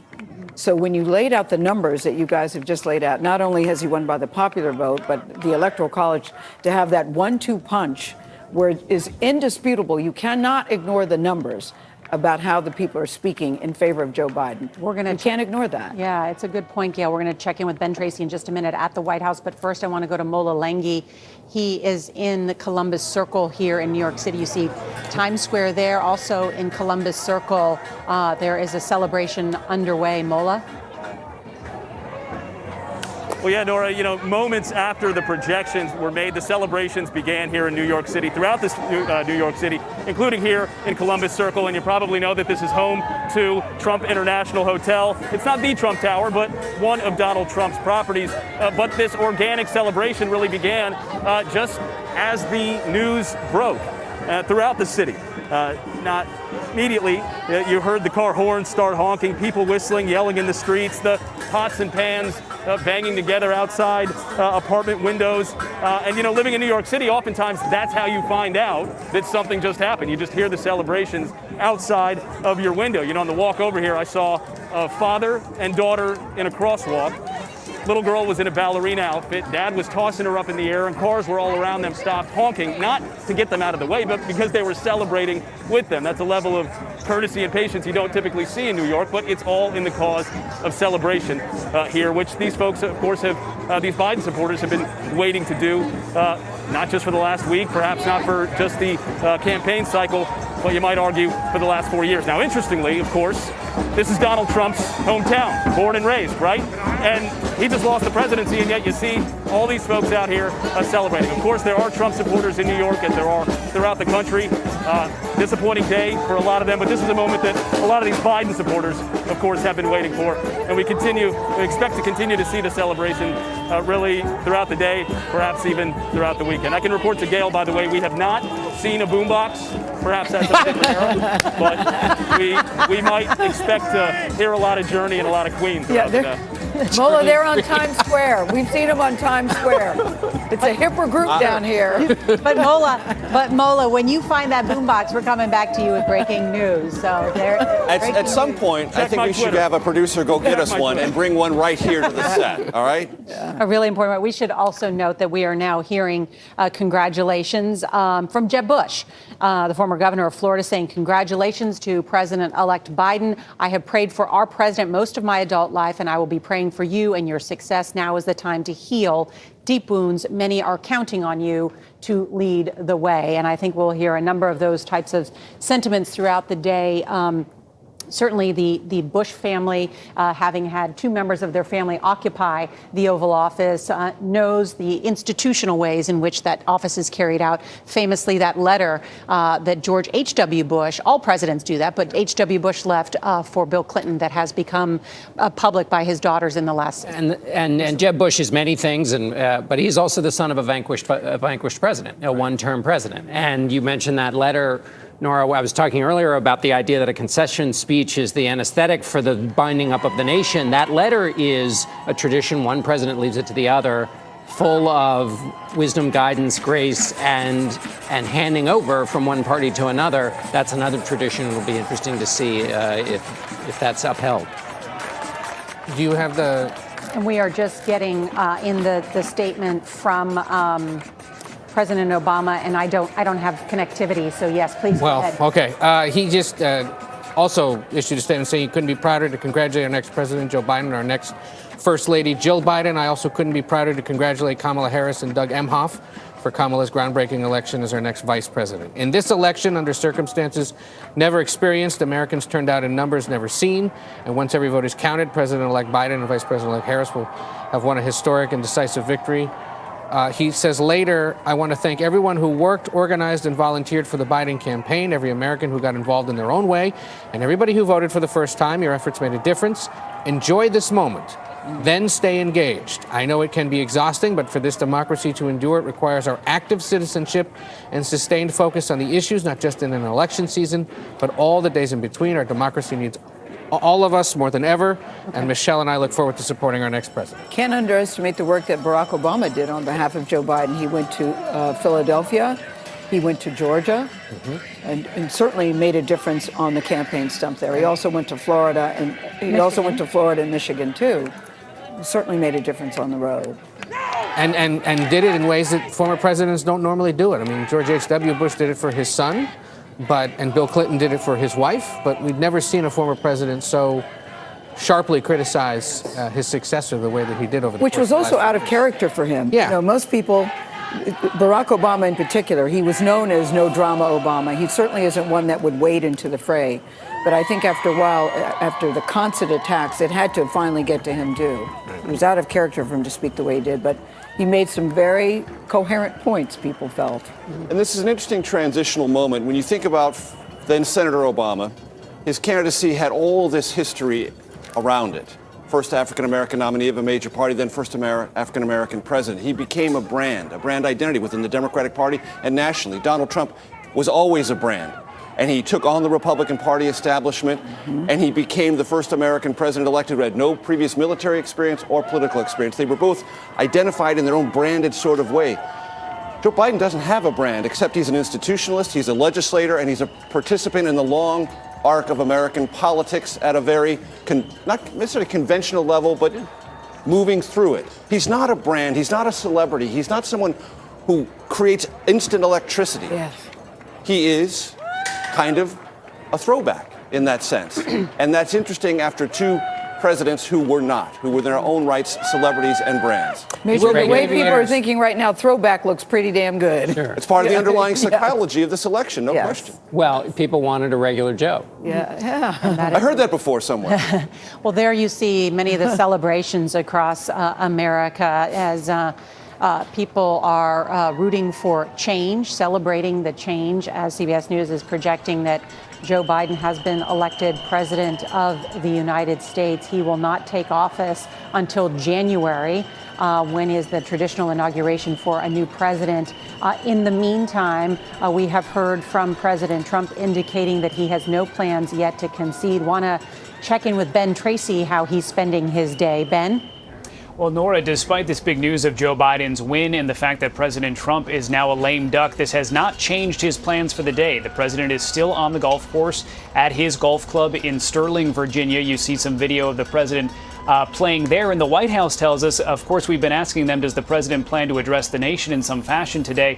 And so far, the White House is saying we have no scheduling changes to announce. Of course, because the president is there in a golf cart, his team has not had the time to sit down with him to talk about what he wants to do, how he wants to address this. His campaign, in the meantime, is telegraphing that they don't believe that this is over, that they still plan to fight in court. We'll see how that plays out. But as of now, the White House saying the president does not have any plans to address the nation later. We should note, however, as we start to call him a lame duck, the president still has 73 days and 23 hours left in his presidency, and he has all the powers that come with that job. So it is something to keep in mind as the days and weeks progress here. But one thing that the president has saved himself from being out on the golf course there, you were showing Black Lives Matter Plaza earlier. That's just 2 blocks from the White House, and we can hear the people cheering out there. It's going to be interesting as the president's motorcade winds its way through the streets of Washington, D.C. when he returns, what kind of reception he's going to get, because people are very happy here that he has been defeated. There were signs that greeted him on his way to his golf course this morning that said, "Good riddance." That gives you some sense of the sentiment here in a city that is full of Democrats. So we'll see what happens as the president makes his way back to the White House later on today. Ben, I'm just curious, do you have any idea who the president is playing golf with? I'm curious about what is that conversation on the golf course, because you know they have heard this news. That is the parlor game every time the president goes out to that golf course. We try to see if we can get the telephoto lens close enough to find out who he's playing golf with. So far, we can't tell who it is. It doesn't appear to be a big group because keep in mind, some of the people you see are Secret Service. It does look like he's playing with one other person of a relatively trim build, I will say, but I can't figure out who it is. Relatively trim build. You know, it's incredible actually to see the president there playing golf, and I can tell you as a golfer myself, it is not easy to play well when your head is not in the game. It's also as much as a physical sport as it is a mental sport. So I wonder how he's playing. But it is a beautiful day out there in Virginia. You were going to make a point, John. Well, just the Black Lives Matter Plaza and St. John's Church. If you were writing about this presidency, you would spend some time and probably overwrite the scene about that area because it was where the president swept aside peaceful protesters to stage a photo op in front of St. John's Church when the country was calling for some acknowledgement of the pain of the Black Lives Matter movement in the wake of George Floyd's death. Holding the Bible upside down. And exactly. And the next time we will focus that much on St. John's Church will be the day of Joe Biden's inauguration when he will go to a service there. And so when you think about what that plaza and what's going on there now have meant both to the presidency and also this bridge to the next presidency, that's the location where you would spend some time. It was also remarkable because President Trump is not known as a religious man.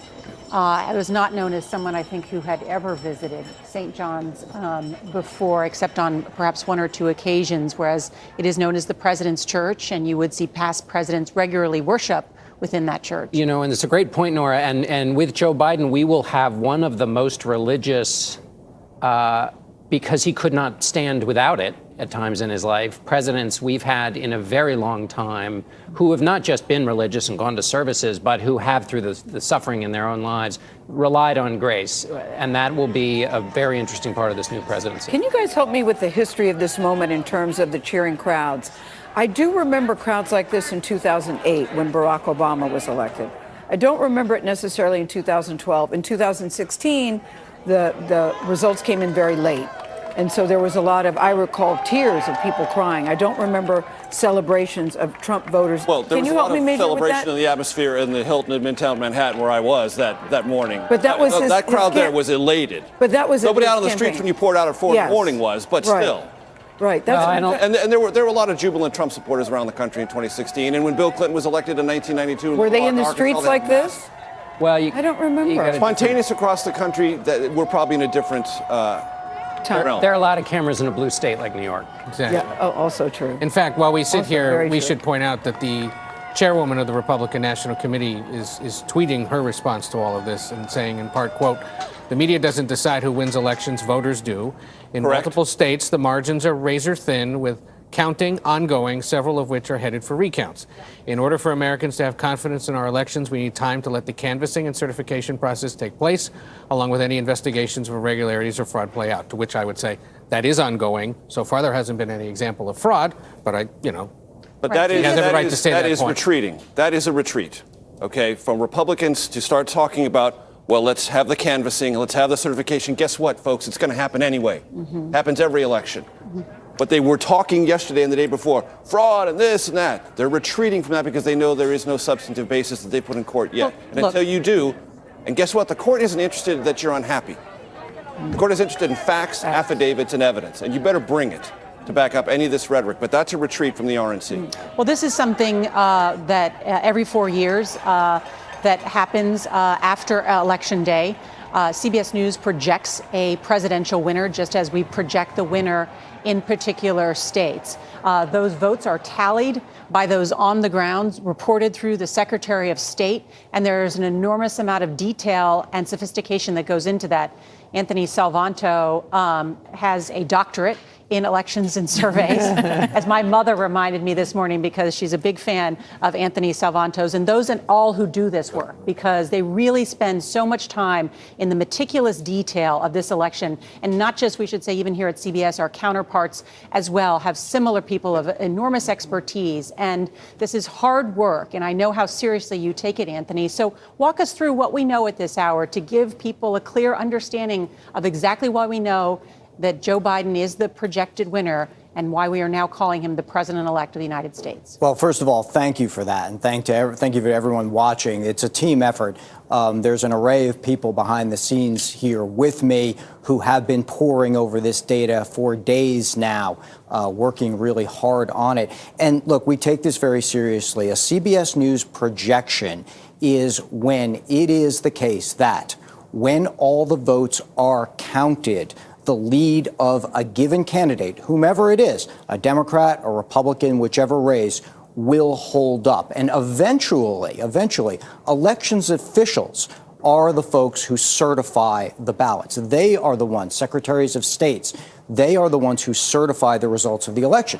What we are doing here is reporting to you, the viewer, what your fellow Americans have done at the polls. We are taking those reports in and we analyze them for what they reveal to us. That is the essence of what a CBS News projection is. Now, when we look state by state, it's really straightforward math. There is a candidate lead. There are reports from the counties, what they have shown, what their voters have done, and then at some point it either adds up or it does not. And that really is the essence of it. It is a projection to when they certify their votes, Nora. And just to add what Anthony's saying, I mean, the media, and Anthony doesn't call this race any more than the weatherman makes it rain when he says it's raining outside. And that's, so we are observing a thing that is happening.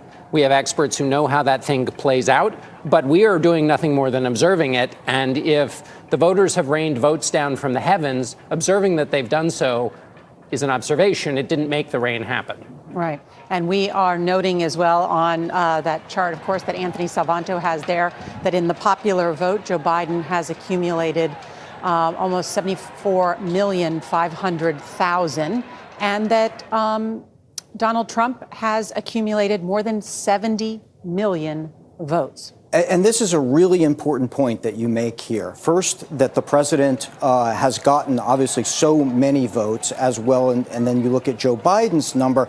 This is going to be, because we have had such high turnout, this will probably end up not only at another win in the popular vote, but the most votes in history. This is the most votes in history.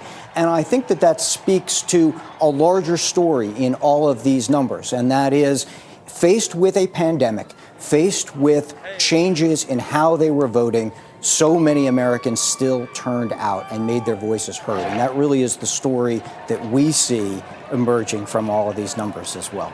John, if I can be permitted to encroach ever so gingerly on your historical analysis of the American presidency. Careful, Major, careful. I'm going to give you a nugget. I want to say my gratitude to my producer, Arden Fari, for putting this together for me. So stay with me, folks. 5 presidents: John Quincy Adams, Rutherford B. Hayes, Benjamin Hayes, George W. Bush, and Donald Trump lost the popular vote but won the Electoral College. Donald Trump is the first, either president or nominee, to lose the popular vote twice. Which producer did that? That's Arden Fari. All right, Arden. And the immortal. This will, of course, That's my last encroachment, John. of course, there were already concerns that existed before when Al Gore won the popular vote. There are already concerns about whether the Electoral College is outdated, that we should choose the presidency by the popular vote. Is it time to have that conversation, to reopen that conversation? Well, just another note. Yeah. 7 of the last 8 elections, the Democratic nominee has won the popular vote. Well, and that speaks to the changing demographics in America, which are younger, more diverse. We have the most diverse electorate in American history. In 2016, the electorate was 70% white. We don't have the full accounting, but it is under that in this election, perhaps significantly. And this, as people have raised, is one of the challenges for the Republican Party in the future. While its base has been to win among largely white voters, which are 70% of the electorate, that because of the changing demographics of America, it will no longer be able to win elections unless it changes on many of its issues. You know, going back to Major's early point about the fact that Donald Trump lost but grew his coalition, one of the interesting questions for Republicans is, after the loss in 2008, there was the Republican autopsy authored by, or helped author by, Reince Priebus, saying the party has to change, it has to change, it has to change. Sean Hannity came out and said we've got to be for comprehensive immigration reform. Donald Trump said no, going to kill the party. Yeah. He was right. Where's the conversation today? I don't think it's changed. I mean, I think it's still the Donald Trump, I was right. There won't be the kind of post-2008 reassessment. I don't know if you agree. I don't know. I think that is a jump ball for the Republican Party. And one of the first places we're going to get a clue about what it sounds like in a post-Trump era will be in these 2 runoff races in Georgia for the United States Senate. Does David Perdue, the incumbent Republican, sound exactly like President Trump to hold on to his seat? Or does he sound somewhat more just like me? I'm David Perdue, and I'll work with the next president. Whatever that sounds like will give us the very first clues to how Republicans orient themselves to this demographic situation and the underlying politics in the post-Trump era. And we should know we are expected to hear from President-elect Joe Biden tonight at 8 p.m. Eastern, to be joined by the Vice President-elect Kamala Harris. Want to check in with Nicole Killian. She is there in Wilmington, Delaware, with new reporting. Nicole.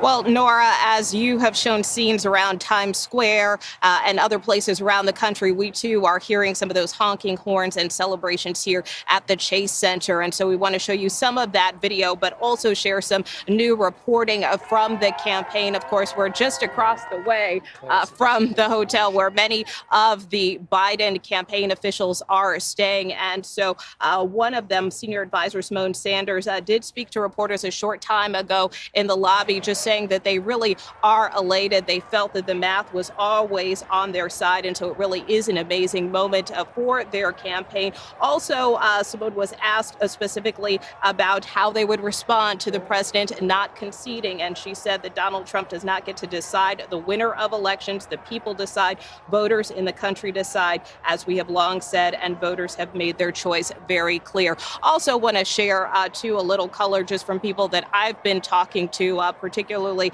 a campaign co-chair, Congresswoman Lisa Blunt Rochester, who really has been with former Vice President Joe Biden from the very beginning and really has been by his side during this campaign. She called today a glorious day, and she said the last time that she spoke with the former vice president was yesterday afternoon, you know, in that moment where we were all kind of watching and waiting. But she said he was remarkably calm in that moment, and she said she used that opportunity to thank him for allowing her to work on the campaign. She also spoke to me just about the significance of this moment as far as a Vice President-elect Kamala Harris, the fact that she too is an African-American woman, a Black woman, a woman of color, and a woman. And she just talked about how that was just a beautiful moment for her. I've also talked to some of Senator Harris's really close confidants, not necessarily people in the campaign, but people who have known her for years and who have been texting with her.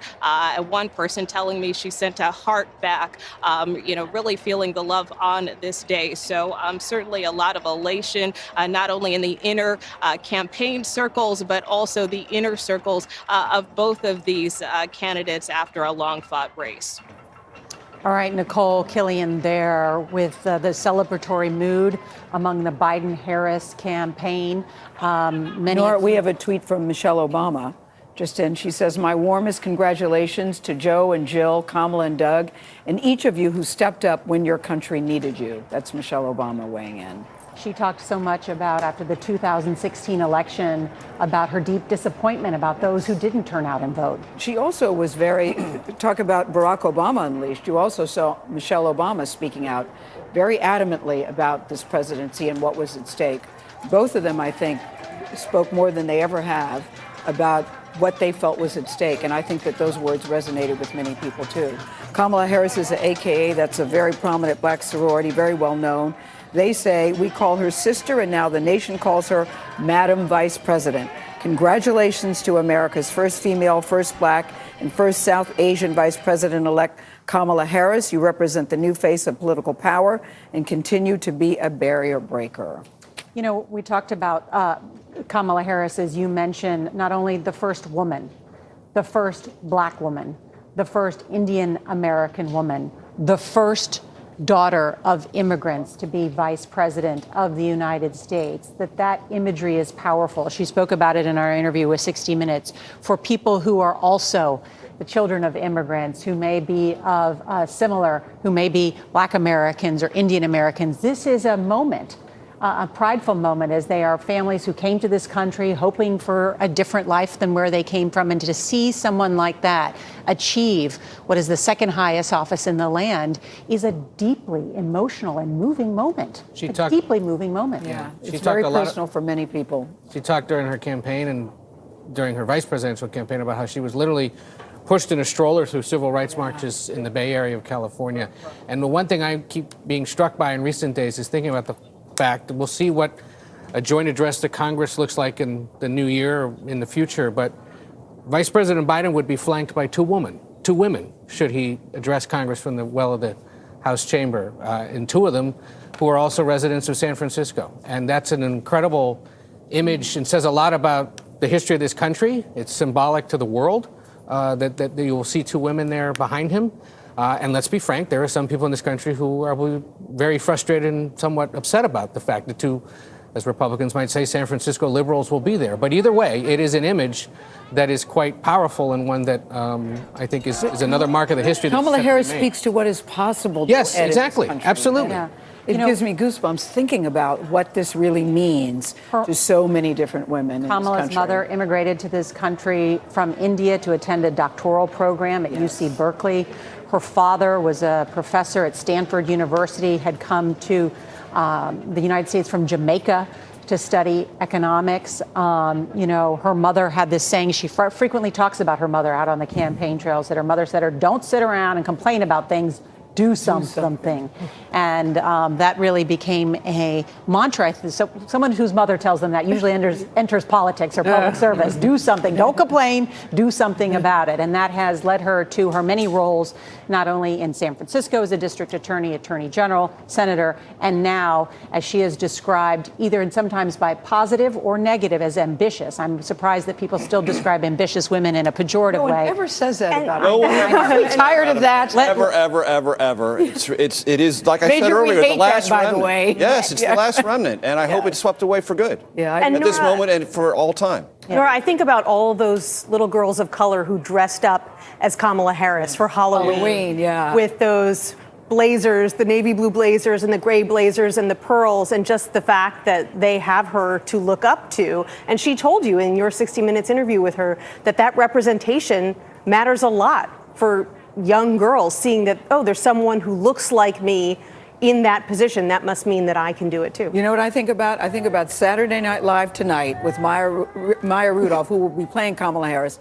Dave Chappelle is hosting. He was also hosting the first time in 2016, right after Donald Trump was elected. And he said, I hope that I will give Donald Trump a chance, in hopes that he will give us a chance as well. So it's so fitting that he is now hosting the first election after this. Nora, I want to show after this election. I want to let you know that we are now hearing from the first Republican lawmakers who are congratulating the president-elect, including Mitt Romney, as you predicted, Major Garrett, saying, Ann and I extend our congratulations to President-elect Joe Biden. Very important that he actually used that term. And Vice President-elect Kamala Harris. We know both of them as people of goodwill and admirable character. We pray that God may bless them in the days and years ahead. So a very important statement coming from the senator from Utah. And then Fred Upton, congressman from Michigan, also a Republican, saying, I am raising my hand and committing to work with President-elect Biden and my colleagues on both sides of the aisle in Congress to do exactly that. And if a nice message to send. Mitt Romney making that statement, his niece is the Republican Party chairwoman who made the statement that it's not over. So just to give you a sense of continued family tension. Continued family tension. And we should also point out that world leaders are not waiting for a Trump concession to congratulate President-elect Joe Biden and Vice President-elect Harris. We have heard from the Canadian Prime Minister Trudeau, French President Macron, Boris Johnson, Angela Merkel, all of them sending publicly their congratulations to